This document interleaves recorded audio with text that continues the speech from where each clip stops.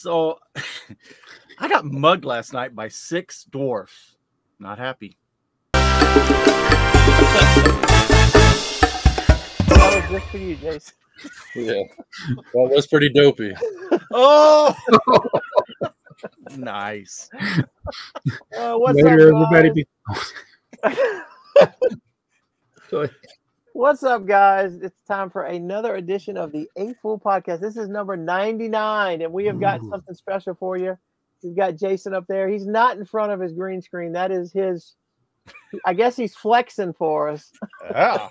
So you guys know Jason from Jason's Bricks and Five. He's also a member of the Bricking News podcast. And he has the fastest growing mini tipper in Tiny Tipper TV on YouTube. Special guest Jason. This is on Joey's channel. That's BrickTrains. He's over in his basement over there. Up there. And everybody knows Jabbo. If you don't know Jabbo, you're living under a rock. Patrick lives under a rock. Yes, he does. So we have got a lot to talk about. We've got so much to talk about. We had to bring in somebody to fill some air with us. Yeah, because we're not full of hot air enough, right? Okay. So one thing I don't see on here that we always start with is the our vault set. Oh, I got one. Oh, I see it. I see it. Oh, Yeah, okay. yes. You didn't put a set number. I didn't, and there's a reason for that, because it's a weird one. It doesn't have a number, and I went to look because I'm pretty sure I put it in BrickSet, but I can't find it in BrickSet either. But in the spirit of all the tiny tippers and all the stuff, I thought I would show a tiny Lego store. Oh yes, I remember you doing didn't you do a video on this? Yeah, I did a video on it. Yep. So The world's smallest Lego store. yeah, and it does have instructions, which are very uncommon for stuff from this era. I'm gonna guess it's Samsonite. It is not. It's not. It is regular Lego system. Oh, No number. do you know what the set is called? Here you go. You got as much. You got the box. You got the instructions, and we can't name the set. No, we can name it. Yes, we can. It's tiny Lego store. The tiny Lego store TV. This wavy flag only appears in 2 sets, and this ain't one of them. But this is the flag. Let me put it down because it wants to fall apart. But that is the picture. That's the flag. Wait, so the set doesn't come with the flag, but it shows. No, it comes with it. But all of the databases like Bricklink and BrickSet, they don't know about this set. This It's was an unknown set to Bricklink. Yeah, I got you. Okay. probably some sort of promotional set for either salesmen or for the stores back then, because there wouldn't have been Lego stores back then. Yeah. This would have easily been 60s, if not, 60s, Man, maybe the late 50s. That? eBay. No, actually, this might have came from that guy I had in Denmark that was sending me stuff for a while at a pretty good price, but I was still able to get some stuff. But it's got cool graphics on the box. Oh. And then inside it has and that is the dog bone logo. I love the dog bone logo. Yeah. Wow. That looks like Europe or something. Yeah, and that's all Danish. Focus. Get my face out of it. Maybe it'll focus. There it is. Yeah. It Biggest says mod Lego. Did you read it, Jason? You're not Danish, though, Art. I don't speak Danish. Okay, yeah, it's German. It's not in German. It says something about building it and how fun it is to build, and you try it too, which makes me think it's a promotional item. So, yeah, pretty cool. I'm gonna keep dropping. Probably says something about play well. Play well, yeah. Actually, it doesn't say play well. It's talks. I had it pulled up. Yeah, it's in the. Well, it's Lego system. It was in there, but it's not on this one. That box is very misleading. You can't build that and turn around. You can't build that. Not from this box, no. I'm returning mine to the store. Hey, tell Alex there's a layout or something he can work from. Oh, there you go. A micro city. Micro Yeah. city. Yeah. It's kind of funny. Everybody's into micro builds now and tiny tipper trucks, and it's all come full circle. So will the new teeny tiny Teeny tipper, tiny tipper. will the teeny tiny tipper Yeah, fit I on got a the- bone on to pick the- with you. Uh-oh. will that fit on the new micro build Ninjago City? It should. It's only 6 pieces. Did you have pictures? I know you have a picture, but your I picture sent you a picture. yeah, but it disappeared. Yeah, that's How do I send pictures where I can share it? There's a little thing. When you send it, it gives you an option of keeping chat. Okay, let me do it again. Do you know how to share it on the stream? I will try. As Jason said before, I'm not very good at this. I grabbed his picture, so if you send it, I'll grab it. Okay, let me do. Did this picture keep in chat? Keep in chat, yes. Yeah. Okay. All right, so I sent you it again. So this is one that the little teeny tiny one is one that I didn't make. Chuck Bricks made it. He sent it to me because he had left a comment on our video talking about using the the minifigure ring piece. Right. So that was the instructions that we couldn't follow. Is that what we're talking about? Yeah. Okay, I remember that. So the little one with the 1x1 stud for the that one. Yeah, he sent that to me in the mail. I just got it the day we're filming. Oh, I see. Yeah. I see the ring now. That is. It's the gold ring holding the 1x1 stud. I mean, 1x1 plate. I like yours. I'm not saying it's illegal. Well, yeah, it's not stuck together real well, but I like the cheese wedge sitting the other way. It matches the windshield the other one better. Yeah, I like it. I like it. You just couldn't leave Tiny Tipper TV alone. No, I gotta. No, I presented the idea of it's the Tipper network. Yeah, we're a team. Yeah. My wife pointed out one of your videos. She's like, "That seems a lot like the one you did." I'm like, "I don't know." But no, it's a challenge. So now, my tipper took on the fire ants. Now you got to do it. So now there's gonna be a teeny tiny Tipper TV channel, and so that'll be three channels in the network. Yeah. Well, there may be more surprises to come, and we'll just say no. Oh, I love it. Tune in 2 weeks. Yeah, I don't know if my tipper is going to be able to run the marathon. I will have to say, so all of you that are watching this, if you haven't seen Tiny Tipper TV with the adventures that's going on there, check out the marathon one. That one had me rolling. That was a good one, especially when the wheels literally fell off. So the question is, were you really running the marathon, or were you just following the Stop to take a picture? That can't be good for your time. It didn't make much difference, trust me. Nice. I tried getting a ride, but it didn't help. So. Oh. Ow. Wow. Yeah, I was actually inspired by Shy Time. Yeah, because in his Sitting on a Stoop podcast, he's talked to people, and he talked about blending other things you do with your Lego, and I'm like, all right, I'll try this. So, anyways, I'll give him credit. It was it's a really good little short. Mm-hmm. Yeah. Well, it was the longest filming of a short ever. Took a whole marathon. 6 hours to film 1 minute short. So I was watching Sitting on a Stoop, and he was talking to, I think it's Emmasaurus, and she's talking about, because she makes a lot of shorts, and she talked about how long it takes her, and I was like, oh, it takes me like 2 minutes. So I guess that's what I'm doing wrong. I film it, I splice it, I upload it. Yeah. So Well, I think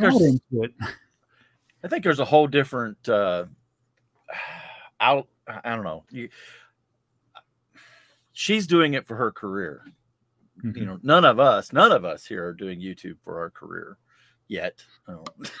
So I'm not, but I think when she's doing it, that's her sole income, then it's obviously something that you would put a lot of effort in and stuff. So her channel does really good. She does good stuff. So okay, more dead air for me to edit out. So okay, we're going to talk about Bricklink stores here later, and I don't know how many edited out. He's not. No, I'm just like Jason. I'm not going to edit nothing out. Like the phone call, including Mindy's phone call. It's too bad you can't get Alex. Too bad you can't get Alex to call you while you're in this. Well, actually, he stopped by earlier today. Oh, did he? Yeah, he dropped off some sets he wants my wife to put together for him. So he didn't see your backlog then. Oh, he's seen it all. He knows. Oh. But, it's his backlog he's trying to get. Yeah, I actually have. I shouldn't tell you, but I have an unreleased set upstairs. Uh-oh. I know, it's so exciting. Uh-oh. We won't tell nobody. I told Tanya, I said, let's make a video. He's like, yeah, they wouldn't put this back on me. I'm like, no, never. You don't think they could put the two of you together? I don't think they would be smart enough to do that. I'll tell them I got it at Kohl's. Yeah. You could do the fake walking into Kohl's, showing your shoes as you're walking in, and don't show the shelves, and then walk out and you got it. Or go by the airport and say, I just came from Singapore. Look what I got. Yeah. Well, with Jason, that would probably be more real, believable than going into Kohl's, and then you're always traveling everywhere. Yeah, you could put it in Oswald's hands. Okay, so Montana used bricks. I know you review some of her stuff, right, Jabo? Yeah, I watch her videos. Yeah. Well, she had a comment the other day, and she was talking about it. I think she did a whole thing on it. But anyway, her name is Montana Used Bricks. And one of her viewers said that putting the word used in her Bricklink store name was hurting her. And I left a comment saying I didn't think that it was necessarily hurting her because I never look up store names. Yeah, I don't. I rarely know the name of the store. It's like sometimes I have to go back and look because you have the store name and then you have the username. Yeah. So when you get the communications, a lot of times it has the username instead of the store name. Right. Yeah, I didn't even look and see what. Well, I could see if you're searching for a specific part and you pull it up, and you've got 5 people with the same price.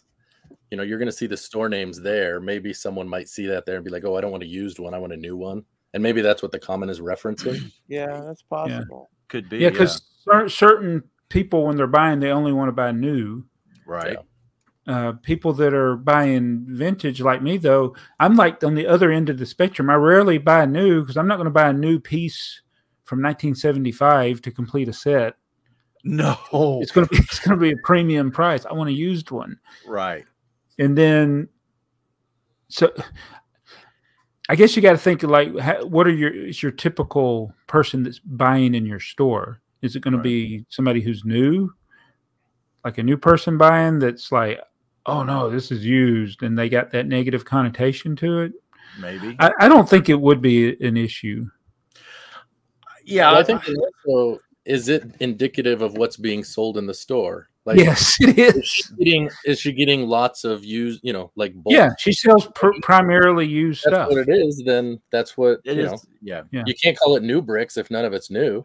No, I think she was just going to take the used part of it out, or that was what her thought process was, and I don't think she should. I think it's. I think it's fine. I don't think.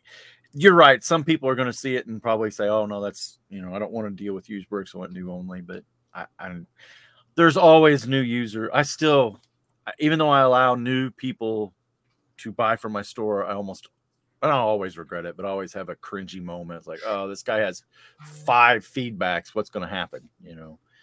Yeah. You know, I have. It's got to be in the hundreds of people that had 0 feedback. Yeah. I mean, I get them almost every week. I get them, and I've still have rarely ever had a problem. Yeah. You could tell by the order. You know, if somebody's ordering a couple $100 from you, it's hokey, but they're making like a $6 order or a $10 order. Right. Yeah. I think Alex talked about that in the last Bricking News, where he's like, you know, they buy a $4,000 order shipping to some country that I never heard of. You get a 0. Yeah. Right. I know that's not going to happen, but you know, we all started with 0 at some point. So I don't see it necessarily as a flag. No, it isn't. But I will get new users to Bricklink, and they'll ask weird questions, or they'll say things, or send me the tracking number. You know, it's, hey, you'll get an email as soon as I package it. It's, you know, all the things. And I don't know. Sometimes I get tired of just smiling and answering the question. Yes, okay, yeah. And we've talked about this before, but I've heard other people talk about it, where it's the one that is slow to pay. Suddenly becomes the impatient one with their order. It has happened multiple times. Yes. Yeah. It takes 4 or 5 days to pay, and then like 2 days after they pay, they're like, "Where's my order?" Right. Yeah, I had one a week ago. You know, I invoice. I don't have instant checkout, so I had one that I invoiced 3 times over the course of like 10 days. They finally paid, and like 3 days after they paid, have you shipped this yet? As a matter of fact, I did. Right. So I got I had a little period of about a week where every time I would print the label, I would copy the tracking and put it in the message to the buyer and send it right as soon as I print the label, send it so they got the tracking, and it's a clickable link that they can do it. I did that for about a week, and then I got tired of doing it. I was like, now I just wait until somebody asks. And then the only thing I don't understand is like almost everybody pays through PayPal. Like, can't you go see the tracking yourself? That's what I think all the time. On eBay too. You sell something on eBay and they're like, "Can I get a tracking number?" Why don't you just go to your order and click it? It gives you the tracking number, because all the shipping goes through eBay. Right. And so we're talking about printers. Do any of you have a problem with a printer so bad that you have to walk your package to the post office? Not me. Alex does. Alex hates printers so much. He hates printers so much. You know, this is what I want to tell him. You know, you can print. You can have a code. You can buy your label at home and take your thing and take it into the post office, and they can print your label for you. Really? Yeah. I did not know that. Through ShipStation? I think so. Huh. You can also schedule a pickup too. But if you don't have a printer, you can't schedule a pickup. You do. And if you don't have a printer, but you can get the code digital, I think. I think. I'm not positive on that. Well, I bit the bullet when I opened the store, whatever it was, a few years ago. I went ahead and just bought a laser printer just to end the inkjet printer issues. Because I'm like, you know, we've all talked about it. It's like you just go buy a new printer for cheaper than the ink cost. And if you don't use some of the printers, if you don't use them for like a week, then they clog up, and then you're dealing with that. I buy these little $35 cannons from Walmart, and the last one I had lasted 2 years. Yeah. And maybe the way to go. Yeah. The printer I bought, because I did that. I would buy a printer, use up the ink, and then buy a new printer because it was cheaper. Yeah. You know, same thing Earl's talking about. The last time we decided, you know what, let's try this different thing. So we got I think it's an Epson, and it has ink cartridges. So you have like a bottle of ink, and you just fill up the cartridge, and you can see how much ink is in there. It's been great, actually. I have to be honest. I haven't had any issues. And I think we've had it probably 3 or 4 years. I haven't even filled the ink cartridge. Yeah. That came with an extra. I've been printing labels for, trying to think when I started printing, about 15 years at least. I used to, for my first 4 or 5 years of eBay, I would do like Alex did with his package and carry them up to the, and I can relate to his story because he's talking about the one guy that can never get it right. I knew I'd go to different post offices. I've gotten into arguments with them. I'm like, and what it was, this one lady in Smyrna, she would calculate the weight, the width and the height and length incorrectly. She said, no, you got to do the girth too. And I said, no, that's only on.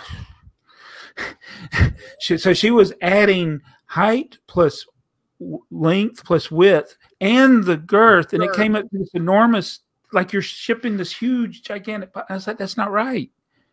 I've done that. I said, I've done this hundreds of times. And I had to take my package and then had to go somewhere else because she would not budge on it. That's crazy. But dimensions matter. And I think the guy that he's going to is doing the dimensions of the box wrong. It has to be. Something. I mean, that's the only way, that either that or he's doing it insured with signature, something. Oh, yeah. Something like that he's adding on. And Priority Express. Anymore, they don't worry about the width, length, height unless it's over, right?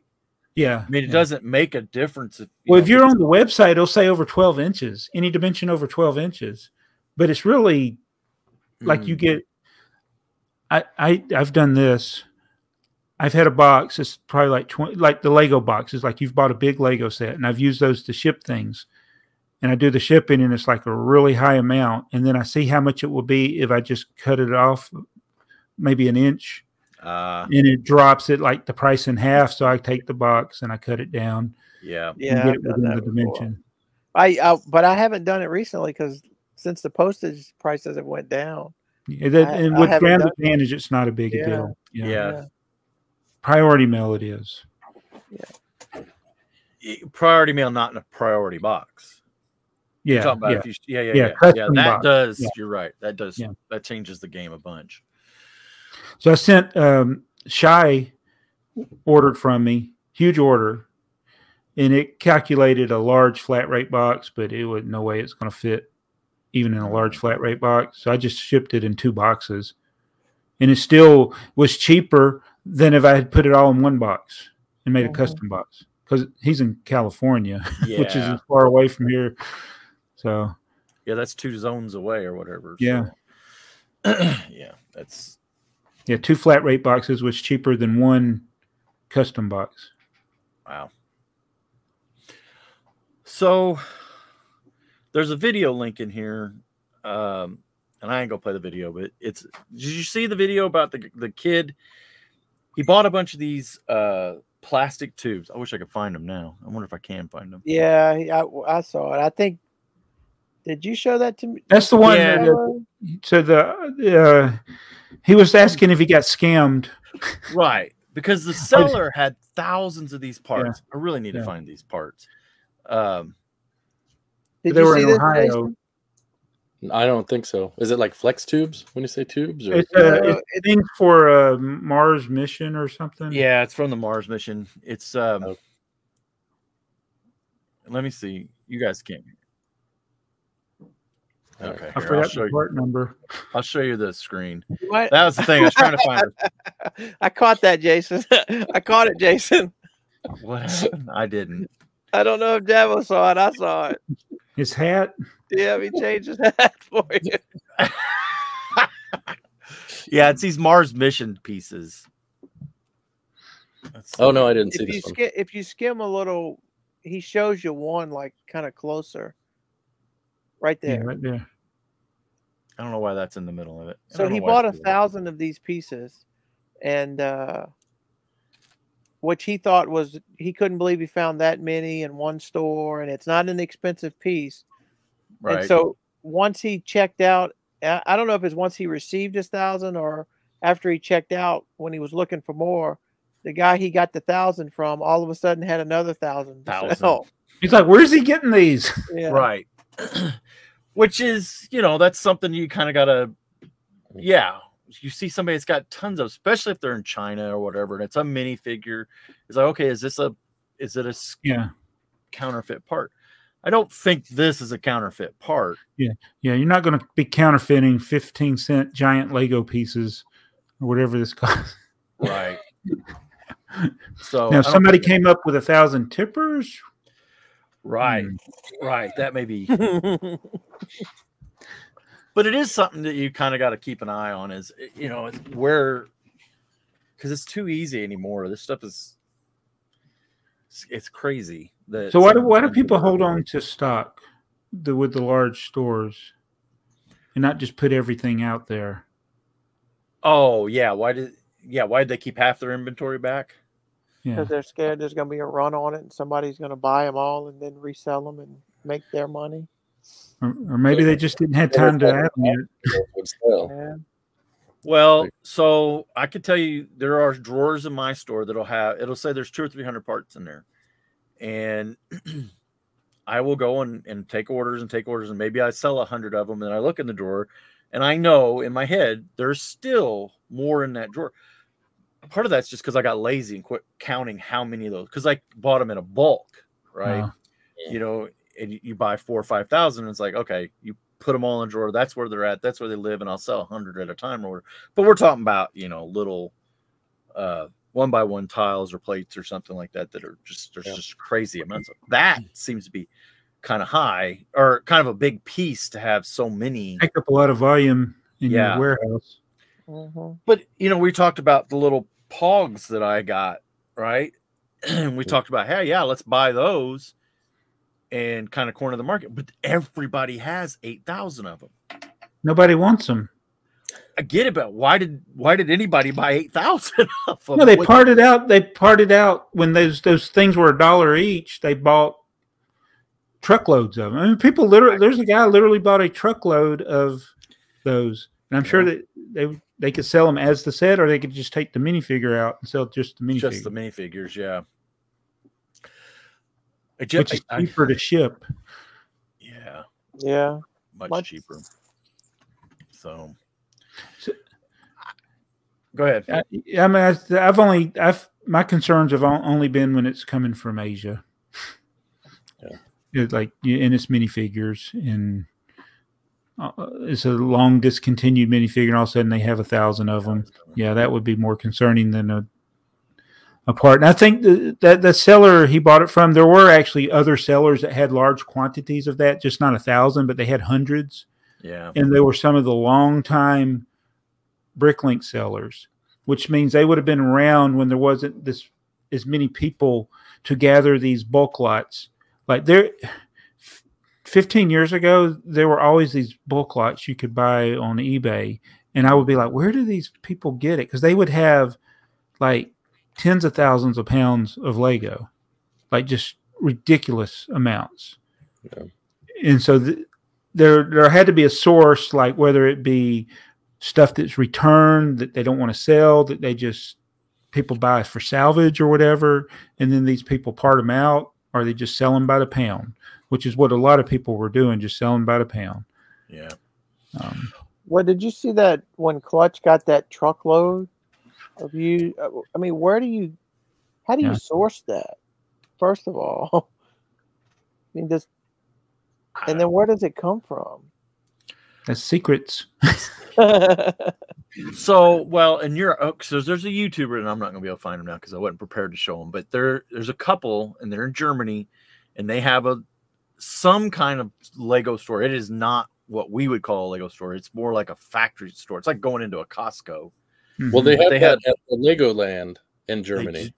It's the factory store, and you buy it by the pound or the kilo. That may be it. Maybe that's it. And that, I could see if you went into one of those and it's like, I just want a couple. I think you're limited to how many pounds you can buy, or they acted like they were. But if you're buying, I think it's by part, you're limited. And they have like animals, like you can buy, polar bears and it's they seem to have quite a bit of everything. Yeah, tiles, printed tiles, and just regular parts. And they were just going in there, scoop up a bag full and weigh it out and stuff. I thought, Yeah, I'm sure the sellers around there they know which pieces are the most per the weight. Right. Right. If you got an opportunity to go to buy them like that, then yeah, you're going to definitely run the math and figure it out. So, yep.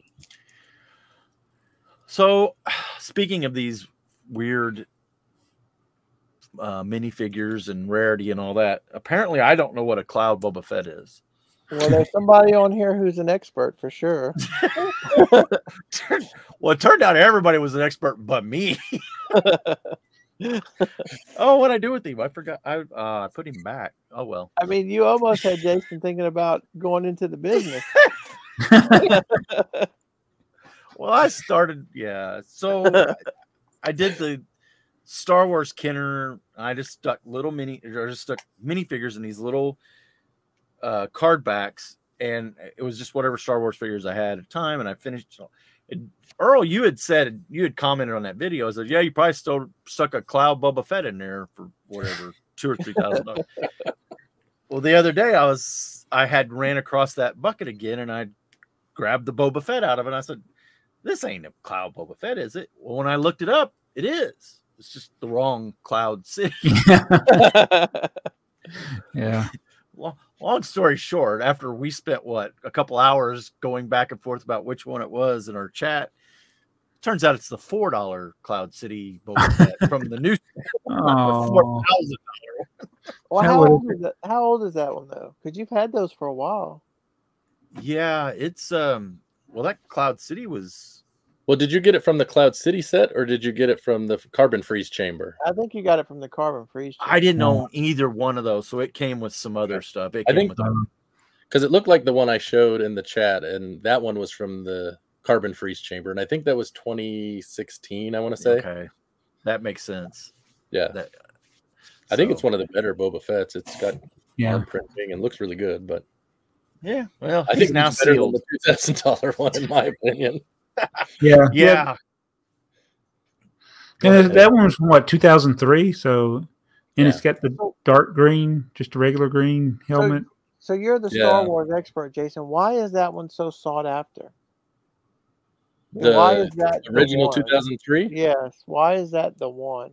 Because it was in that set that was $100 that no one bought. Because I mean, it was $100 back then, and so hardly anyone bought it.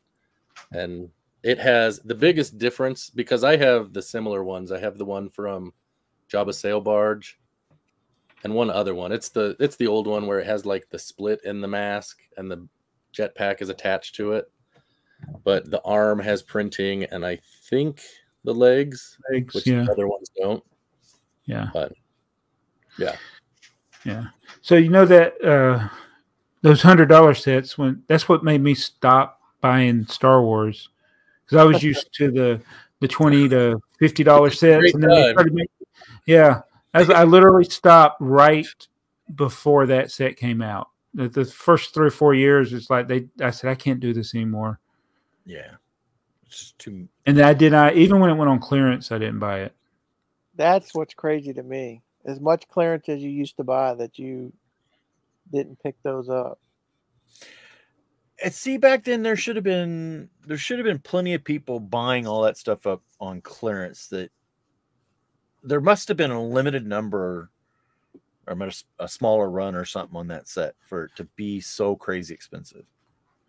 You know, I think it also, since it's the figures are still exclusive, and then it is also a snowball effect from it being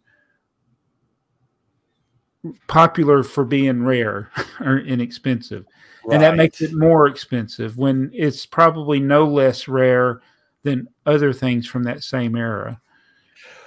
So go ahead. I think a couple things about it. Number one, it was $100, which was a lot of money back then. Oh yeah. Number two, people that got it, it was played with, right? That's why you don't. People didn't collect like they do now. That's why you buy a new modular. It's not the same value 2 years later as Cafe Corner is. Yeah. Because people just stock up on it, and people have 100 in their garage. Mm-hmm. I don't know. Is it always? It seems kind of strange to me that always the figures, or I don't know, the stuff that seems to not be. I used to see this in trains. It was like the ugly little train that nobody wanted is the one that 20, 30 years down the road is so expensive. And that particular minifigure, the coloring on it was a little weird. It looked more like the original Kenner Star Wars that only got released through JCPenney because it was all green and not the blue color that they are currently, or the gray color, whatever. It just, I don't know. I think it's sometimes things that are weird and unique, people also time to collect. Well, we'll see. We'll see in 5 years. The Bricklink designer program, those two that didn't sell out are going to be the ones that everybody's looking for. Speaking of that, so I got another email yesterday, which this is probably the third time I've got the email. There's a problem with one or more of your orders. It's on back order, and it's that Bricklink designer program. Do you get those? No. Well, that means they're order, but it's not that one. I mean, I looked at it. I couldn't even remember what I ordered from Lego, and I was like, "Oh, that's that." It almost had me worried, like they charged my card and it didn't go through, and it was like, "Uh-oh, here we go." You don't get that. I got those emails when they had a delay on one of them. Like I deleted it. Let me see if I can find it. It's for the it was for the train shed. They started billing people or charging people for them now? No, that's what it just says. There's a delay. One or more of the items on your order are on back order. Well, that doesn't sound like they charged your card, and no, they didn't. So it sounds like something. It was the type of email that you used to get whenever it let's see when it's delayed longer. See, it says here's an important update on your Lego order. Thanks for ordering. The item listed below is currently out of stock and will be a little longer. And then you go all the way down, and it's for the train shed. Like, why did I just get this out of the blue yesterday? I don't know. I'm not sure why you got that. I've gotten that email before from them, like when I've ordered something on back order, or it went on back order after, right after I'd ordered it because it was a hot item. But I didn't get it for that one. So that reminds me of the Great Chima swindle thing I did, where ordered from Lego. They just threw in a Chima set. Like it wasn't part of my order. They just, and I realized they were doing it on all orders. So I ordered as many items that were already back order as I could. And sure enough, I think one of my orders, I got 4 boxes. I had 4 Chima sets. One in each box by ordering back ordered things. Not that I wanted Chima, but it was a free set. Yeah, free sets. You know? Yeah, but it had what, 6 pieces in it? It wasn't like a pullback. Oh no, those are horrible sets. Yeah, they were. There's a reason they're giving them away. You know what? I parted all those Chima sets out. Yep. And those parts sell. So, except for the little spinner things, those don't sell. No. But the figures sell, the parts from the set sell. So it worked out in the long run. Well, speaking of Lego order, this is probably where I think we might have a rant coming. So I get a text last night at 11 o'clock. I'm trying to go to sleep. Hey, I just got my first order. Now I'm standing in line. I didn't even respond to it. I'm like, I'm trying to go to sleep. So I'll catch it in the morning. Oh, you did the thing when as soon as it goes live and everybody's waiting, and you have to play a little game or something while you're waiting to place your online order. Yeah, so I tried something new because it was the Star Wars release last night. By the time this comes out, it'll be old news. But so I had kind of mapped out, all right, this is what I'm going to get. And so I went and put the first order in my cart. Like it was ready to go. So once 10 o'clock my time or midnight Eastern time rolled around, it was in my cart. And it was one of the items that I had to redeem for a discount code. So the time rolled around. I hit enter and it accepted the discount code. It added the promos. I went checkout and I was done. So I had my first order done before it was 10:01. Perfect. Okay. Everything went smooth. Then it put me back in the queue. And then in a little stupid game.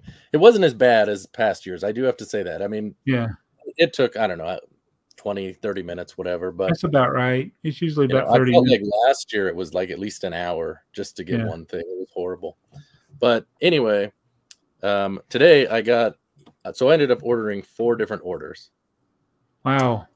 Well, I had to order them for a couple reasons. Number one, I had redeemed points for the Ninjago docks. You got to order for that. Do that one. I redeemed points for the Star Wars coin. Yeah. So that was 2 orders I had to do. And then they had the discount, which were discount. Well, I'd redeemed points, so Yeah. Anyway, the other 2 were discounts, and they were things I wanted. So I redeemed those, and those can't be. That was the first thing that bothered me. Is it's like, okay, it's on discount, but you have to redeem for no points for a discount code, which means you can't add any other discount code. Yeah. I missed that. And then I'm going to tell you the other thing, and this is the thing that really has me upset, because I might actually be returning some of the things I bought, but I can't do it until my gifts with purchase come, because I redeemed. Right. The way that it is, the Ninjago docks is in one of the things I'll return, and the coin is in another thing I'll return, and so I'm kind of annoyed. Anyways, I get a thing that my order has shipped, and I look. It's my first order. It's got the gifts with purchase. We're all good. I get an email a little bit later today. Second order has shipped, and it's the TIE Interceptor and the Ninjago docks, and that's all. I'm like, where's my gifts with purchase? Right. So I looked, and it showed that's all that's in my order.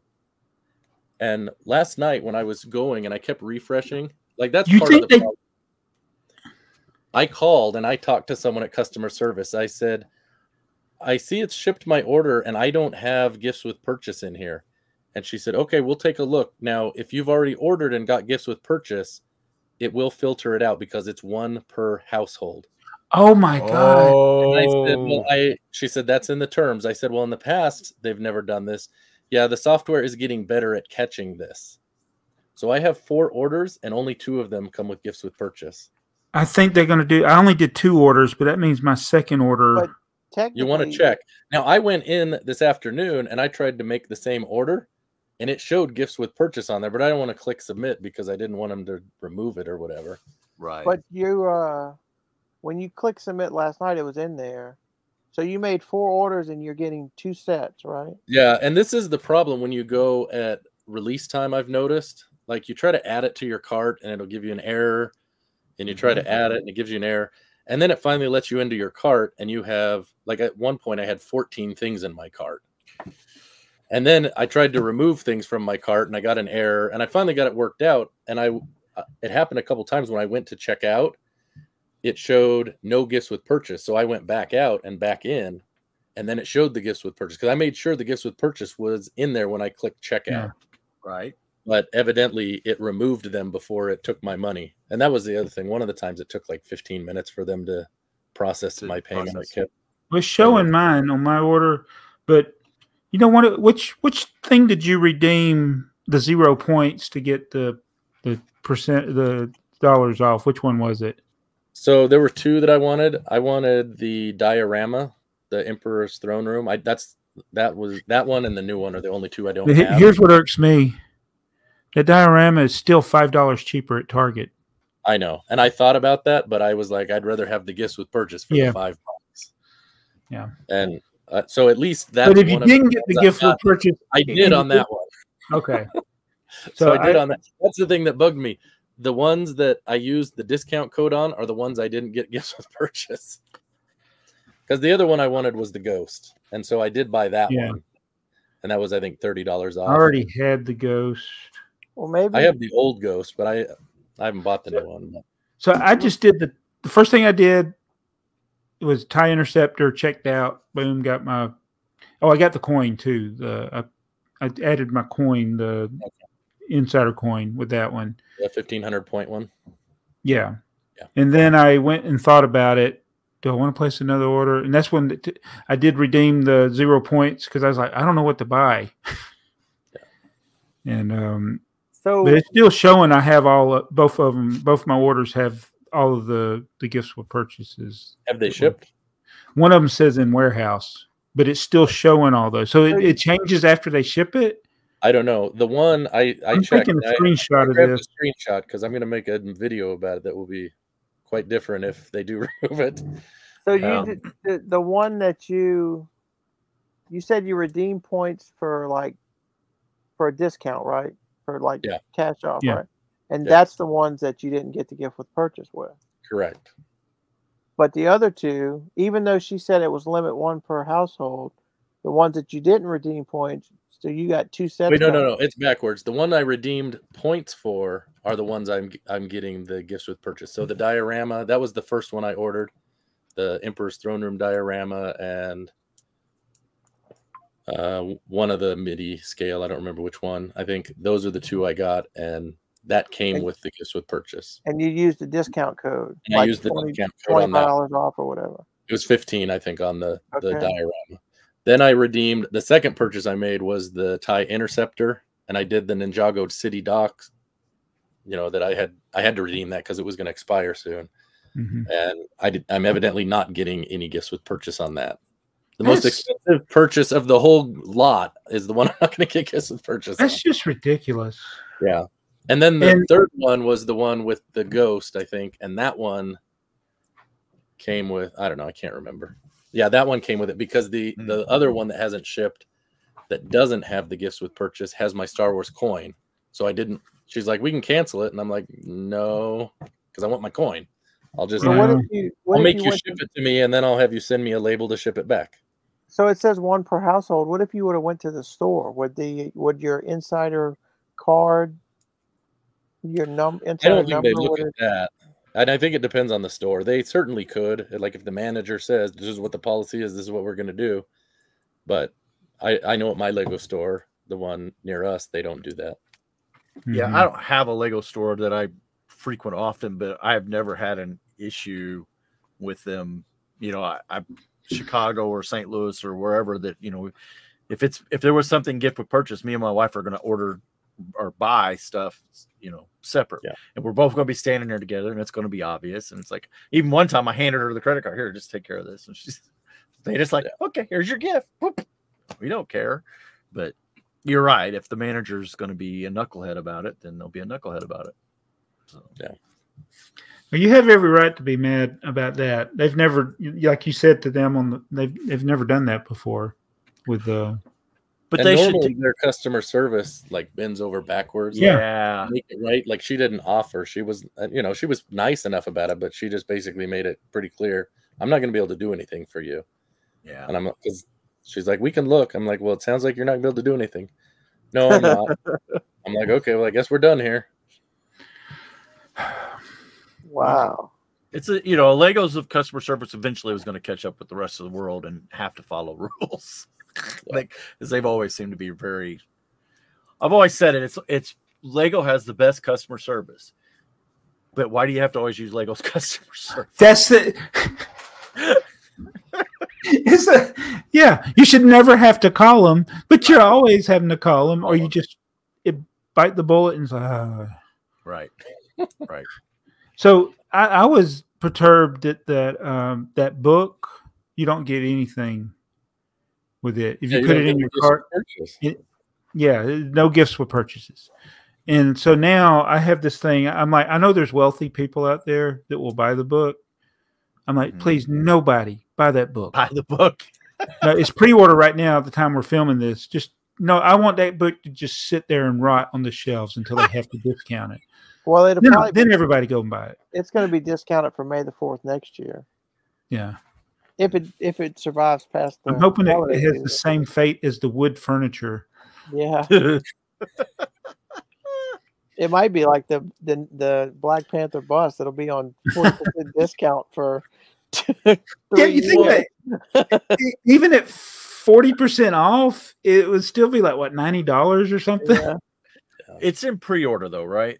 Yes, pre-order right now. So they're only going to make runs of that. That's going to be close to the amount of orders that they're getting. And they got plenty of algorithms that are going to say, hey, we're going to get in the next 6 months, we're going to get 10,000 copies of this. So we need to print 15,000 or whatever. They're not going to. What if nobody pre-orders it? Then they will hopefully not make any books, right?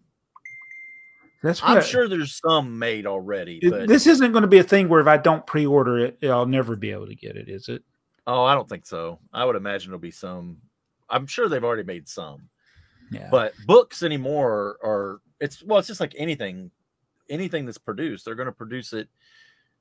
They're going to produce as few as they need and not have any overstock. So something like this, it's going to be in pre-order. They're already trying to determine. Much like they did with the Black Panther bus. Okay. Gotcha. Well, yeah. In video. That is not a good. Yeah, those are not good examples to make my point. Are they gonna over promote it like video in the foosball table? Those are things that they thought were going to sell well and hedge their bets. If they'd made them like they were supposed to, they. Well. That's true. That's true. So I guess everybody's got their space minifigs now. I know you do, Jabbo. No, I don't. I don't. I thought you bought some. You did a video. I bought some. I don't have all. They have not hit. Or the ones I want. I have checked like 4 stores 3 times. I found 3 in 1 Walmart. So they either hit and which they never sell out. As a matter of fact, they have a whole brand new rack of Series 25, and right above it is a rack of the last Marvel ones, and it's about half full. And there was 3 space figures on there that I don't know where they came from. And they came from space. Yeah. So they're not in my area yet. They should be tomorrow though. I checked the Kohl's I checked the Kohl's last week because they were notorious for putting them out early, and they didn't have any. So they had 25. Since they weren't at Kohl's, you ordered 2 boxes. Yep. Where did you order the boxes from? Are they for sale now? Oh, they went for sale. That's right. They went for sale on Monday. I just ordered 2, and then I ordered a display case. I didn't order the space one. Well, actually, they didn't have it branded on the website. It was just red or blue.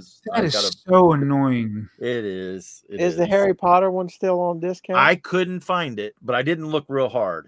You may have to go into the Harry Potter section to find it. But yeah, the tan one, and there's no branding on it. It's just tan. But yeah, it was $5 or $6 cheaper than the others.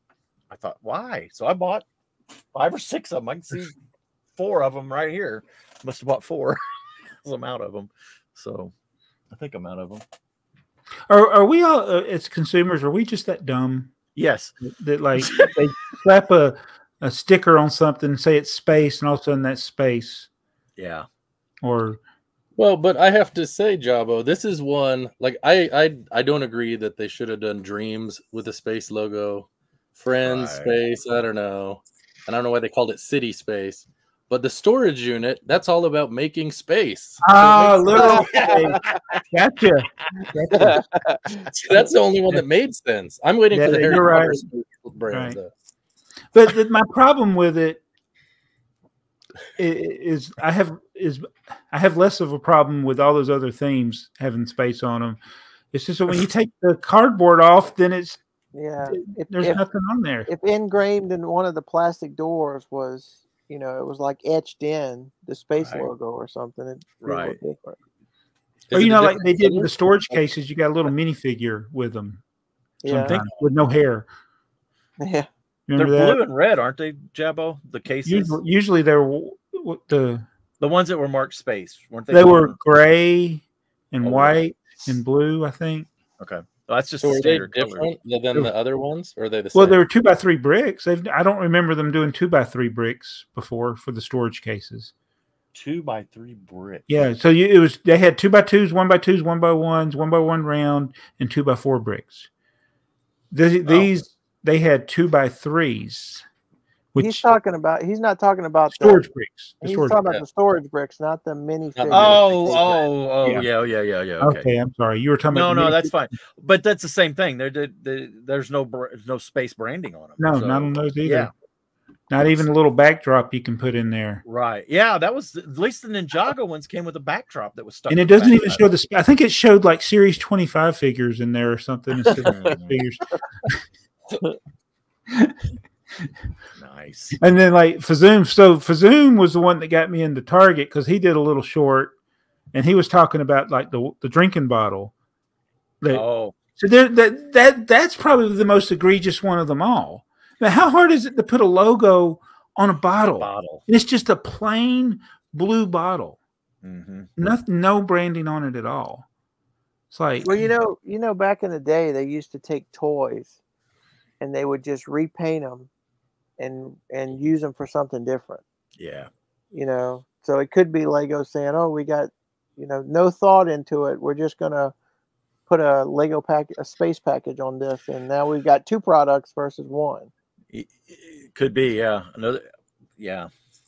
I think they just got tired of hearing all the grumpy old AFoOLs or AFoLs talking about their space. We want our space, and they said, "Here, you want your space? You got space." And then when it fails, they'll be like, "See, we tried to give you space. Yeah. You didn't buy it. This is what we've been telling you all along. Yeah, it ain't gonna sell." Yeah. Hey, some of their city space sets, and this series of the 26 series, the space, I kind of like them. I mean, some of them are goofy, but I can look through the whole wall here and I pick goofy ones out of all of them. But I think some of them are going to be cool. I'm going to turn my diner, my little 50s diner module, I'm going to turn it into a space diner. I'm going to put some of those characters in there. Just get the gift with purchase. You don't have to bother. Which the space diner gift with purchase that's coming. Yeah, out. let's see a picture of that. Hang on a second. Where did that go? This is ridiculous. I bet you that one won't be limit 1 per household. I bet not. I bet it's one of those that'll mysteriously show up again. Yes. Oh, this will be in Target or something. I know it's got the limited on it, but I don't know. The only thing I think that will have appeal is that orange spaceman. Yeah. Maybe because he's a little hard to get. Yeah. Why are they drinking? Yeah. But look at it. They don't even have their air tanks. No. Oh, no. Orange air tanks. There you go. You hit it. I didn't even notice that. Wow. This is so... Well, you don't wear your air tank to the diner. Well, you wouldn't wear your helmet either. Well, why did you have your helmet on then? Yeah. I want the sign, though. I'm sure that's a sticker. The little menu board. It looks like sign. a sticker. Yeah. I think they got... They're sitting in the Lego design room, and they're like, "Okay, we got all these parts we got to get rid of. Okay, y'all start throwing some stuff together. Okay, Galaxy, that looks good. That get rid of all these parts nobody wants." No, that almost looks like something out of the Jetsons. I think they did kind of give it a almost 50s look. It feels 50 diner. Yes, yeah. You think it's a generational change with the designers at Lego? We've seen several designers kind of drop out. Now we got one that's doing videos and stuff. Is it a younger group of kids now doing stuff? I don't know. Did what's his name stop designing stuff? Jamie, did he stop? I think he's more in management. Yeah, that's the problem. It might be. Yeah, the good designers have all gone to management. Could be. Man, how many people are going to get that for the Orange Spaceman and don't have air tanks? Just go crazy. Yeah, well, you heard it here first. By the time you heard it, it's going to be too late. But speaking of designers, did you guys watch just before this? I was watching the Lego Star Wars Day stream. I had my notification set, but I guess I didn't get it. There was nothing any good. It was. If you watched LegoCon, it was kind of like that, just a commercial for things you've already seen. Yeah. But the only thing of interest, so Boone was the host from Lego Masters. He said he's joined the Star Wars team. Oh. So it'll be interesting to see what he makes there. So, yeah, that's cool. But are there any Boone sets out yet? I saw it. He did a Rapunzel set, I think. Oh, okay. I think he did that. Jason's going, how many hats did I wear in AFoOL podcast? He said he's not going to be outdone by the faux Jason Bricks and 5 tiny tipper TV. That's right. How dare you try to outdo my fake tipper truck? What about this set? What about this set? So that's what I was going to say earlier. I never thought I would be in a time where I like Lego Technic space. This is a cool looking set, I have to say. Now, Earl, did you say the space guy? Yes, I sent a picture of that too. That, from what I read, one here, that space guy is scaled to fit into that moon car. So is this a Technic figure then? No, that he's a 3-in-1. Yeah, it's from a 3-in-1 set. It's like a $50 or $60 3-in-1 set. That's on the shelf right now. It's on the shelf right now, which means we need to all pick those up. I don't want to pay $55 for this. I wouldn't have. I haven't. But if he fits in that car, mm-hmm. Man, the one that's on the moon right now has nobody sitting in it. It's just sitting on the moon right now. Nobody's driving it. They left it there. The battery's dead. And this guy is in a limb or whatever they call it, those little the jetpack or whatever. So he wouldn't be in it and a car, but I would. If it was scaled the same, that would be cool. I'm sorry, I just got total squirrel moment. So if they went to the moon and they landed where the previous missions did, but they're not going to do that. They're going to land somewhere else. Right. So, but I just wonder if they could just take like a battery up there and put it in that car and it would still work. I think they're not batteries. There are whatever. They're a little radioactive. Have you ever seen The Martian? No. Right. He did do it in The Martian. Yep. They can fire that bad boy up. So you just want them to take a battery down to the studio where they filmed it?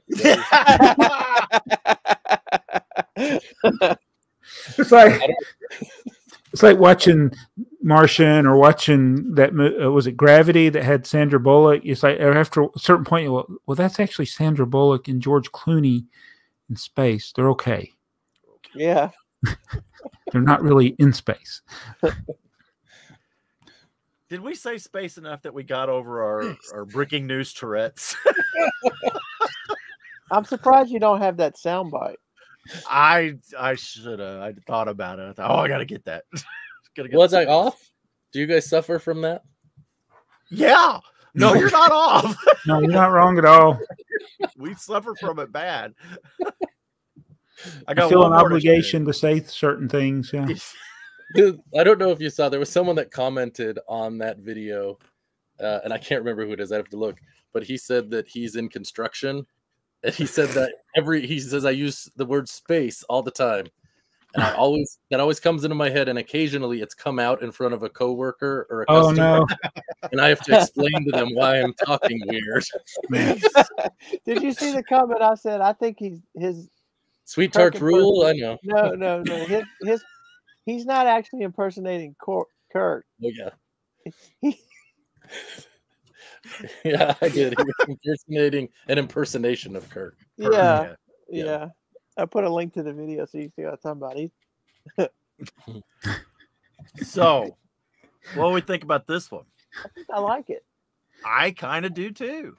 How wide is it? Alex and I were looking at that when he came over, and he's like, "It looks like it's 4 wide on the front."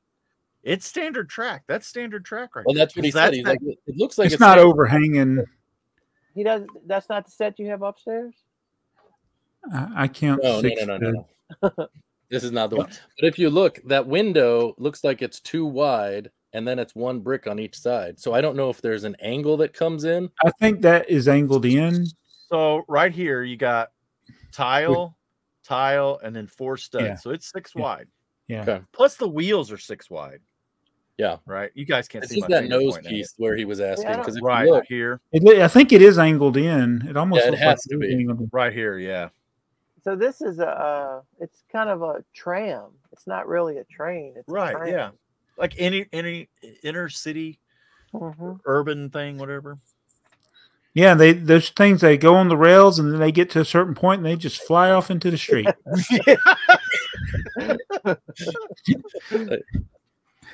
But this I hope the seeing eye dog is good at his job.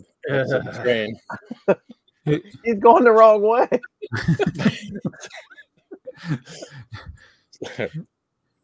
This is going to be a good set though for our grandkids, because they are not going to want to. Dakota's getting better at running the trains from the remote, but he would just as soon push them around. Yep. Yeah. And I know that Milo's at that age. He would. Just, oh my goodness, Milo cannot let stuff go around. If he lets stuff go around the track one time, it's a miracle. Right. Right. Yeah. And that's just the age of their age. But this is a good for that age where you just to push them around. Now, I'm not sure about this ramp that they got going on here, but well, it's kind of pointless because the purpose of the ramp is to get it on the track, but then there's no track to run it on. Right. Okay, I think it's a combination of two things. One, they made the stinking piece and they got to use it every now and then. Right. And two, maybe it's for the age it's designed for. Right. Okay. Help them because Milo, of course, he's only 2, but he struggles. He still struggles sometimes to put things on because he's impatient. Right. To put things on the track. He's getting better at it, but so I don't know what's the age on this thing. Is it like 7, 5? Let me get the box. 8, I wonder what's 7 on the plus. other end. 7. Okay. So I looked like it's just the end of the track. It doesn't look like there's anything at the other end. Yeah. So like HO, guys our age with HO, I've seen them at shows where they'll have like a siding that'll have a piece because they make that kind of piece in HO. They just roll the rolling stock up on it, and then it's in a siding, and then they can take the train. Yeah. And it's fine for something like that, but it's here. It's almost like it's a play piece, and it's like, yeah. I don't know. Well, it might be so they can just roll it off, roll it all anywhere they want around the floor. And that's what kids are going to do. They're not going to care about the track. In fact, the track is probably more of a deterrent to them, just because it's going to be in the way. So I do like they cheapened it up by taking out the power functions or the what are we calling it today? What's it called today? It does seem skinny too, even though it's 6 wide. It feels skinny. It feels skinny. You're right. I get it. It does feel skinny. I do like that they kept the same color as the last train station. That green turquoise. So it feels the same. And it's interesting though. This is under city, and when I did a search on train on Lego, this does not come up because it's a tram. They don't have any tag. What's this city trains? Why does it? Oh, that's BrickTsar has it listed. BrickTsar has it listed as trains. Yes. When you search trains on Lego.com, this does not come up. But when you search that set number, it does. Huh. Interesting. Well, it'll be one that I'll probably. What is it? It's expensive though, isn't it? $90. $90. Jason, that one will fit in your. That one will actually fit in your city. Yeah, I can fit a track that's about 32 studs well, long. You could just do it from one end to the other. You don't have to put any curves. Kind of like that's true. Yeah, monorail with just one back and forth. Yeah. So I just got a text from Alex. Evidently, I think he went to Lego store or something. He must have used his pen. Who is that guy? Joey? Who is that guy? What's he doing at the Lego store? I don't like Lego. That guy. He was complaining last time I saw him. I'm not going to get any more goats. Well, there you go. There's his goat. A goat army. Yeah. Well, he wants to castle area. So, are you guys officially now just a snack food podcast? Did you actually take Oh my goodness. I thought, okay. If anybody hadn't watched, go watch the breaking news. But when you got all that stuff from Earl and it was covering the whole table, I thought, okay, you're going to try a little bit. I literally think if you hadn't have put it away, Alex would have ate it all. I think he ate that whole bag of cotton candy. He did. Well, the idea was kind of like you would each try. It would last you for like 4 or 5 episodes. You know, like, just did it all. like today we'll do the Zaps. Next week we'll do one cotton candy. Then we'll do the Peeps on one episode. That was kind of the idea, that it was like. First off, the Peeps were not on the menu. That was it was kind of a debate. Who's getting stuck with the Peeps here? That's funny. He said this is not Fear Factor. Well, you guys have already filmed the one that I sent, right? Yes. The one that just aired. Yeah. 2 weeks ago. No, it would have been earlier this week. We're talking time travel, Joey. Time travel. This one will be. It's Friday, so the one that just aired on Tuesday that we recorded last Saturday. It was a special episode. We had something that we've never had before. A guest. We had a guest. Ah. We had one of the owners of Brick Slopes on the episode, and we talked a lot about. You'll have to act like you've heard it and watched it now, but we talked a lot about what it's like to own the Lego convention, and just like his journey and some of those things. Talked about the year that they almost folded because they had a problem. It was like Mother's Day weekend and no one came and it rained. Oh no. Yeah. So, but I thought it was a good good conversation, and it was fun to have him on there. So, and he tried some of the chips. Did he? Yeah. Yeah. He and I liked them. We're the only 2 people so far that have liked them. Really? Alex had 2 chips and couldn't do it. Can't deal with the heat. Yeah. Well, I tell you, they're good. If you're eating a sandwich and you're eating them with the sandwich takes the heat off of them, and that makes them really good. Yeah. I tried them in some ranch dip because after you had mentioned that your wife puts them in cottage cheese or whatever. Cottage cheese. It helps. Cottage cheese. It helps. She does. Wow. It's not as bad as you think. I've done it. I don't like cottage cheese. Well, it is as bad as I think. My wife put peaches in cottage cheese. Yeah. Yeah. No, I don't eat cottage cheese at all. Yeah. I don't know how ranch would do. I guess it'd be all right. It was what I had, so yeah. Well, Jabbo, he ate one, and I thought, oh, he ain't gonna like these. Yeah, he just kept. Heather's like, how many is he gonna eat? Well, it's terrible. You sent me this, and I'm on a diet, and it's like I was expecting a chip bag like that to come out, and I open it up, and it's like, I don't know, it looked like a garbage bag full of chips. That's how mine is. That's how mine is. I'm still editing, but I'm like, I think I said something like, I think he sent us factory seconds or something. Yeah. That's how they come in that box. You go to the grocery store, you can buy that box, and I think you're supposed to put them in a bowl because it's a party box. But most people, they just open the box, flap the lids down, and then pull it back, and they're usually gone. Of course, you'll see people, they'll stick. Ooh. Yeah, you know exactly. They'll stick their hands in there, and they're like, and I'm like, well, I'm done with the Grippos. So. Yeah. So like we have a chip. I'll have to send you some. It's Golden Flake. It's the same texture, and it's called Sweet Heat. And it tastes really similar, but it's not as spicy.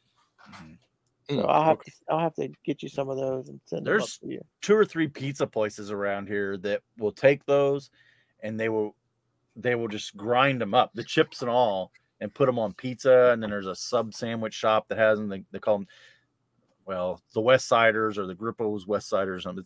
It's the guys that live on the west side of Evansville here.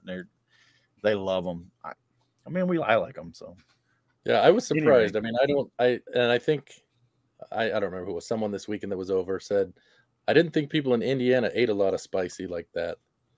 So, and I said, evidently it's the official chip of the Cincinnati Reds. Well, yeah. Apparently you like the. Not that Joey would know that. But. Yeah, not that I would know that. No. No. Wait a minute. Is that Cincinnati in Indiana? No. But Gripples are from Ohio, so that's why the Cincinnati. Oh, I see. Yeah, I got you. Actually, there's a weird thing about Gripples being in Indiana. There's a story about it. They're not supposed to be here. They're outside of their normal territory, but Southern Indiana, Kentucky and them, they love them. So weird. Well, you like the Zaps, I take it. Yeah, they're gone. I ate those. I've eaten the other, but there's a lot more of the Grippos. There's a lot of grip. That's a big bag. That's a big box. Yeah. I've been eating on them for 2 weeks. Yeah. Sorry. Well, what do we want to do next here? I sent that picture to you. Yes, you did. I came across something at Walmart 2 days ago. I'd not ever seen this before on a Lego set. I've got some more clearance here that I'll share with you. I'm sure you did, dirt cheap man. Let's look at this. It's not wrapping paper. This is something else in the box. Hang on, I got it. Here it is. I got it. I had never seen this before, especially this size. Maybe. No, it's coming. I just got clicked through snack 3 or 4 things. No. Oh, the label set with that big of a warning sticker on it. All of them had it. Oh, it's because of the battery. Yeah, I've not seen that though on any. You know what this means? Somebody has put it in their mouth. Yeah. That's so you have to take those. I mean, it's got a normal light brick in it, right? I think so. So you'd have to take those light bricks apart to get to those batteries. Yeah. And but you can swallow the light brick. Yeah, you could. You'd have to work at it. That means if you have one that doesn't have the sticker on it, you have version 1. It's just as much. And if you have the sticker, it's version 2. Seek immediate medical attention if battery suspected to be swallowed or inserted inside any part of the body. What's crazy is that it's not isn't funny. this set supposed to be no, it's not retired? Funny because they had to write it for some reason. Yeah. You know, that's like there's somebody still in the shower because the back of a shampoo bottle says rinse, lather, repeat, rinse, lather, repeat. They can't get it. They can't find their way out of the shower.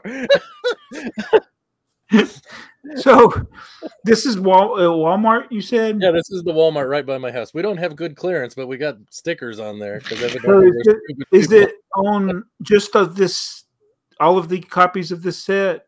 Every one of the DeLorean had it. They had, I don't know, probably 4 or 5 of them. Yeah. And I looked. I didn't see it on any other sets, but I wonder if it's a Walmart thing or a Lego thing. I don't know. I'd never seen it before. And if this came in the mail, I'd be like, what is this? I wonder if there's any other sets that are currently on the shelf that have the light bricks in them. There's probably. Well, there has to be. Or have batteries. Sound. If they got a set, like I got Duplo sets that have light and sound. They're batteries, but they're inside one piece. Well, the new Harry Potter hat has that sound brick. Yeah. Right? Yeah. So that would have a battery.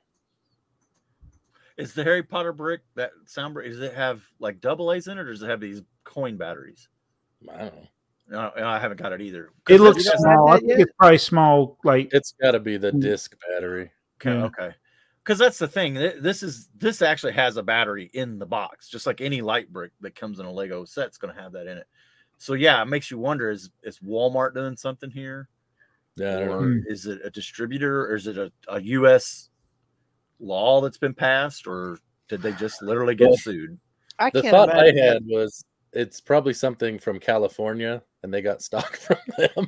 Yeah, I can't imagine that's a Walmart thing. That has to be yeah, that makes more Lego deal. So the used to, when I buy from Lego Shop at Home, when they had the little tiny sets, they would come with a choking hazard label on them. Right. And it'd be like a third of the size of the box. I mean, just this label across the front of the box. All of them had it. And it's like, I guess. So we're a third of the way. I have worn 123 shirts this year. Did you watch the video? Did you look at it? I sent you the video. I couldn't open it. Oh no, I just got it downloaded right before it was taken. Okay. It took me like an hour to get it to open for some reason. Well, it's 2 gigs, so. Oh, that's only 75. Like you only got. That's not even 3 months. It's to April, the end of April. yesterday. I thought I skimmed to the end and it said, "Let me look at this again." Well, I could have done it wrong. Let me look at it. Where did it go? I wasn't going to play it on the podcast because it's No, you don't have already 30 minutes long, and I've watched it so Oh, many times. jeez. What's 30 minutes long? That video I sent you. It was 30 minutes? Somewhere. It's real close. I ain't got it open. I can't. It's getting close to being 30 minutes long, and it's only 4 months in. Yeah. But I quit trying to hold them to 4 seconds because you and I mean this in the nicest possible way, but you cannot describe that shirt in 4 seconds. So you don't need to describe the shirt. I know you wanted when Alex was talking about it.